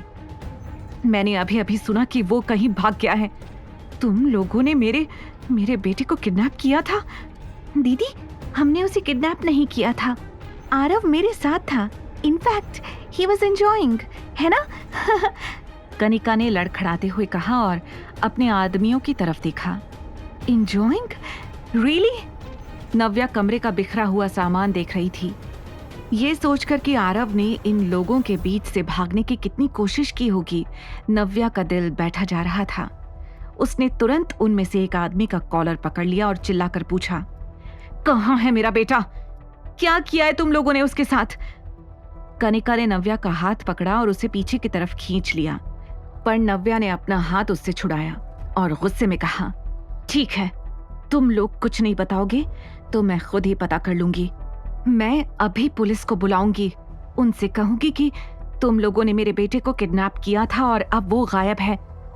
उसे गुस्सा तो इतना आ रहा था कि वो कनिका को थप्पड़ मार मार कर उसका चेहरा खराब कर देना चाहती थी, लेकिन अभी उसे आरव की इतनी चिंता हो रही थी कि वो और कुछ भी नहीं करना चाहती थी। उसने तुरंत अपना फोन निकाला और पुलिस का नंबर डायल कर दिया। नव्या ने जैसे ही पुलिस का नंबर डायल किया, कनिका ने अपने आदमियों को इशारा किया। उन लोगों ने कनिका का इशारा समझ लिया और दोनों तुरंत आगे आ गए। उन लोगों ने नव्या के हाथ से फोन छीन लिया और उसके दोनों हाथों को पकड़कर पीछे कर दिया। यू मेरा फोन वापस करो, नव्या ने चिल्लाते हुए कहा। कनिका ने फोन तुरंत अपने हाथ में ले लिया और पुलिस का डायल्ड नंबर काट दिया। कनिका, मेरा फोन वापस करो। क्यों? ताकि तुम पुलिस को बुलाओ और हम सब जेल चले जाएं? ऐसा तो मैं होने नहीं दूंगी। कनिका ने मुस्कुराकर कहा। कनिका, मेरा बेटा छोटा है, सिर्फ 5 साल का है वो। पता नहीं कहाँ होगा वो। उसे तो ठीक से रोड क्रॉस करना भी नहीं आता है। प्लीज समझो, मुझे जाने दो। नव्या हर तरह से कोशिश कर रही थी कि कनिका उसकी बात को समझ जाए, पर कनिका को हर बार की तरह इस बार भी नव्या को तकलीफ में देखकर मजा आ रहा था। तुमने तो कहा था कि आरव के पास उसके डैड है, I mean, अविनाश आहूजा। वो तो इतना पावरफुल है, हो सकता है तुमसे पहले उसने आकर आरव को बचा लिया हो। कनिका ने टॉन्ट मारते हुए कहा। यह सुनकर नव्या को समझ नहीं आ रहा था कि वो क्या कहे। अगर वो सच में तुम्हारा हस्बैंड और आरव का डैड है तो वो नहीं रह पाएगा तुम दोनों के बिना। पहले उसने आरव को बचाया और अब तुम्हें बचा लेगा, फेयर ना? कनिका की ये बात सुनकर नव्या ने झटपटाते हुए अपना हाथ उन आदमियों से छुड़ाने की कोशिश की, लेकिन उनकी ताकत के सामने नव्या कुछ नहीं कर पा रही थी। अगर मेरे बेटे को कुछ भी हुआ ना तो I will kill you Kanika. उधर आरव की नींद सुबह जैसे ही खुली, उसने आवाज लगाई, मम्मा। उसने घबरा कर अपने आसपास देखा तो नव्या कहीं भी नहीं थी। अविनाश सुबह उठकर अपने ऑफिस का काम कर रहा था। आरव की डरी हुई हालत देखकर वो तुरंत उसके पास आ गया। आरव, उठ गए तुम? अविनाश को सामने देखते ही आरव ने उसे कमर से हक कर लिया। मम्मा ने वापस फोन क्यों नहीं किया अभी तक? उन्हें पता तो चल गया होगा ना कि हमने उन्हें कल फोन किया था, तो फिर उन्होंने फोन क्यों नहीं किया? आरव के मन में एक के बाद एक सवाल आ रहे थे, लेकिन अविनाश के पास उनका कोई जवाब नहीं था। कल तो वो पूरे होटल में घूम रही थी, यहाँ तक कि मेरे कमरे में भी आ गई थी आरव को ढूंढते हुए। तो फिर अब वो क्यों गायब है? अब आरव उसका इंतजार कर रहा है तो वो कहाँ है? अविनाश को कुछ समझ नहीं आ रहा था। उसने तुरंत ही अपने बॉडीगार्ड्स को अंदर बुलाया और स्ट्रिक्ट ऑर्डर्स देते हुए कहा, पता करो नव्या कहाँ है। तुम लोग कह रहे थे कि उसने ये होटल ज्वाइन कर लिया है। पता करो आज वो आई है या नहीं, और अगर नहीं आई है तो कहाँ है वो? ये सुनकर उसके बॉडीगार्ड्स तुरंत काम पर लग गए। सर, हम लोगों ने होटल के मैनेजर से भी बात की और यहाँ के सर्विलेंस कैमरास भी देखे। हमें पता चला है कि मिस नव्या सुबह होटल आई थी, लेकिन कनिका सिन्हा और उनके आदमियों ने मिस नव्या को किडनैप कर लिया है। वो लोग उन्हें पीछे के रास्ते से बाहर लेकर गए हैं, एक बॉडीगार्ड ने बताया। यह सुनते ही आरव घबरा गया। मम्मा को वो इवल आंटी लेकर गई है। पापा, कुछ करो, वो मम्मा को बहुत परेशान करेगी। अविनाश एकटक आरव को देख रहा था और सोच रहा था कि नव्या इस वक्त कहाँ हो सकती है। उधर नव्या को कनिका और उसके आदमियों ने कार में बैठा दिया। जैसे ही उसके मुंह से हाथ हटा, नव्या ने अपने बचाव में चिल्लाना शुरू कर दिया, छोड़ो मुझे, लीव मी। इससे पहले कि वो और चिल्लाती, कनिका के आदमियों ने उसके हाथ बांध दिए, उसके मुंह पर टेप लगा दिया और उसकी आंखों पर पट्टी बांध दी। नव्या को समझ नहीं आ रहा था कि वो किस रास्ते पर जा रही है। अब ना वो अपने आप को छुड़ाने की कोशिश कर पा रही थी और ना ही चिल्लाने की। वो अपने पैरों को पटक कर झटपटाने की कोशिश कर रही थी, लेकिन उससे भी कुछ खास फर्क नहीं पड़ रहा था।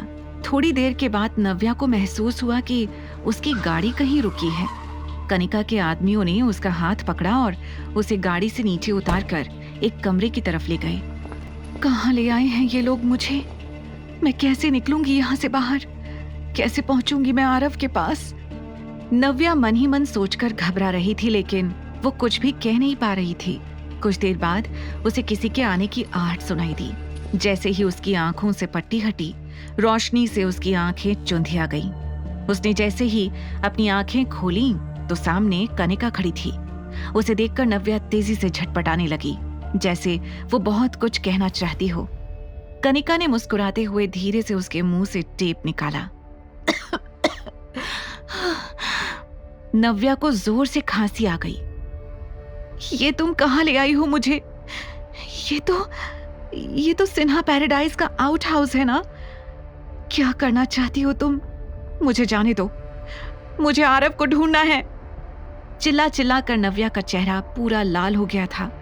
उसकी बेचैनी और घबराहट देखकर कनिका को बहुत खुशी मिल रही थी। इस तरह हाथ पैर पटकने का कोई फायदा नहीं है। यहाँ पर सिक्योरिटी बहुत टाइट है, तुम चाहकर भी यहाँ से भाग नहीं पाओगी। और वैसे भी तुम्हें यहाँ से क्यों ही जाना है? वो है ना तुम्हारा आशिक, the business tycoon, the handsome Avinash Ahuja. वो आएगा तुम्हें ढूंढते हुए। जैसे उसने तुम्हारी बेटी को बचाया होगा, अब वो तुम्हें बचाएगा। कनिका ने इतराते हुए अपने बालों को सही करते हुए कहा, आज मैं देखना चाहती हूँ कि वो अविनाश आहूजा तुम्हारे लिए क्या कर सकता है। मैं भी तो देखूं कितना गहरा है तुम्हारा रिश्ता। उसने मन में कहा और मुस्कुराने लगी। नव्या को कुछ समझ नहीं आ रहा था। उसे पता था कि अगर उसने अपने और अविनाश के रिश्ते के बारे में कनिका के सामने सच कह दिया तो बहुत गड़बड़ हो जाएगी, और अगर नहीं कहा तो उसकी उम्मीदें और भी बढ़ती जाएंगी। उसके चेहरे पर परेशानी देखकर कनिका ने अंदाजा लगाना शुरू कर दिया कि कोई बात तो जरूर है। क्या हुआ? क्या सोच रही हो? यही कि अविनाश आएगा या नहीं? ये सुनकर नव्या घबरा गई। अगर वो सच में तुम्हारा हस्बैंड है तो वो जरूर आएगा यहाँ पर, और अगर तुमने हम लोगों से झूठ बोला है तो बात अलग है। जैसे ही कनिका ने ये बात कही, नव्या की नजरें झुक गई। वेट, क्या तुमने हम लोगों से झूठ कहा है? अविनाश आहूजा तुम्हारा हस्बैंड और आरव का डैड नहीं है? तुम अभी तक हम लोगों को धोखा दे रही थी। कनिका ने एक के बाद एक कई सवाल करने शुरू कर दिए। ऑफ कोर्स नॉट, नव्या ने घबरा कर कहा। ठीक है फिर, अगर ये सच है तो आने दो उसे, अब वही बचाएगा तुम्हें और तुम्हारे बेटे को। इतना कहकर कनिका ने अपना चश्मा पहना और वहां से जाने लगी। नव्या उसके पीछे से चिल्लाती रही, उसे जाने देने की भीख मांगती रही, लेकिन कनिका ने उसे पलटकर भी नहीं देखा। तभी नव्या ने एक और शख्स को वहां आते हुए देखा। वो शख्स कोई और नहीं बल्कि शेखर था। उसने आते ही कनिका से सवाल किया, ये सब क्या है? आरव कहाँ है? मैंने तुमसे आरव का ध्यान रखने के लिए कहा था ना। मैं आपकी बेटी हूँ, आरव मेरा बच्चा है, आपको उसकी जरा भी चिंता नहीं है? नव्या ने चिल्लाते हुए कहा, लेकिन शेखर का ध्यान उस पर जरा भी नहीं था। ऐसा लग रहा था जैसे वो जानबूझकर नव्या को इग्नोर करने की कोशिश कर रहा हो। कनिका, इससे कह दो अगर ये और कुछ झेलना नहीं चाहती तो अविनाश आहूजा को हमारा बिजनेस पार्टनर बनने के लिए मना ले, नहीं तो यहीं सड़ती रहे। शेखर ने नव्या की तरफ बिना देखे ये बात कही और वहां से दनाते हुए निकल गया। सुना ना तुमने पापा ने क्या कहा? कनिका भी इतरा कर वहां से निकल गई। शेखर जैसे ही आउट हाउस से बाहर आया, उसका इंतजार शिखा कर रही थी। उसने कनिका को मुस्कुराकर देखा और फिर फेक चिंता जताते हुए शेखर के कंधे पर अपना हाथ रखकर कहा, हानी, इस लड़की ने बहुत परेशान कर दिया ना तुम्हें। सोचा था 6 साल बाद आएगी तो सुधर जाएगी। एनीवेज, तुम्हें नहीं लगता कि हम नव्या से कुछ ज्यादा ही उम्मीद कर रहे हैं? आई मीन, कहाँ वो अविनाश आहूजा और कहाँ ये। वो क्यों इससे शादी करेगा और क्यों इसे पसंद करेगा? सोचो जरा। हाँ dad, even I think so. मुझे तो लगता है कि इसका और अविनाश का कोई रिश्ता ही नहीं है। इसने हम लोगों से झूठ बोला है और हमें बेवकूफ बनाया है। आगे की कहानी जानने के लिए देखें अगला एपिसोड सिर्फ पॉकेट FM के YouTube चैनल पर, और द रिटर्न के सारे एपिसोड्स को सुनने के लिए डिस्क्रिप्शन में दी लिंक से डाउनलोड करें पॉकेट FM ऐप।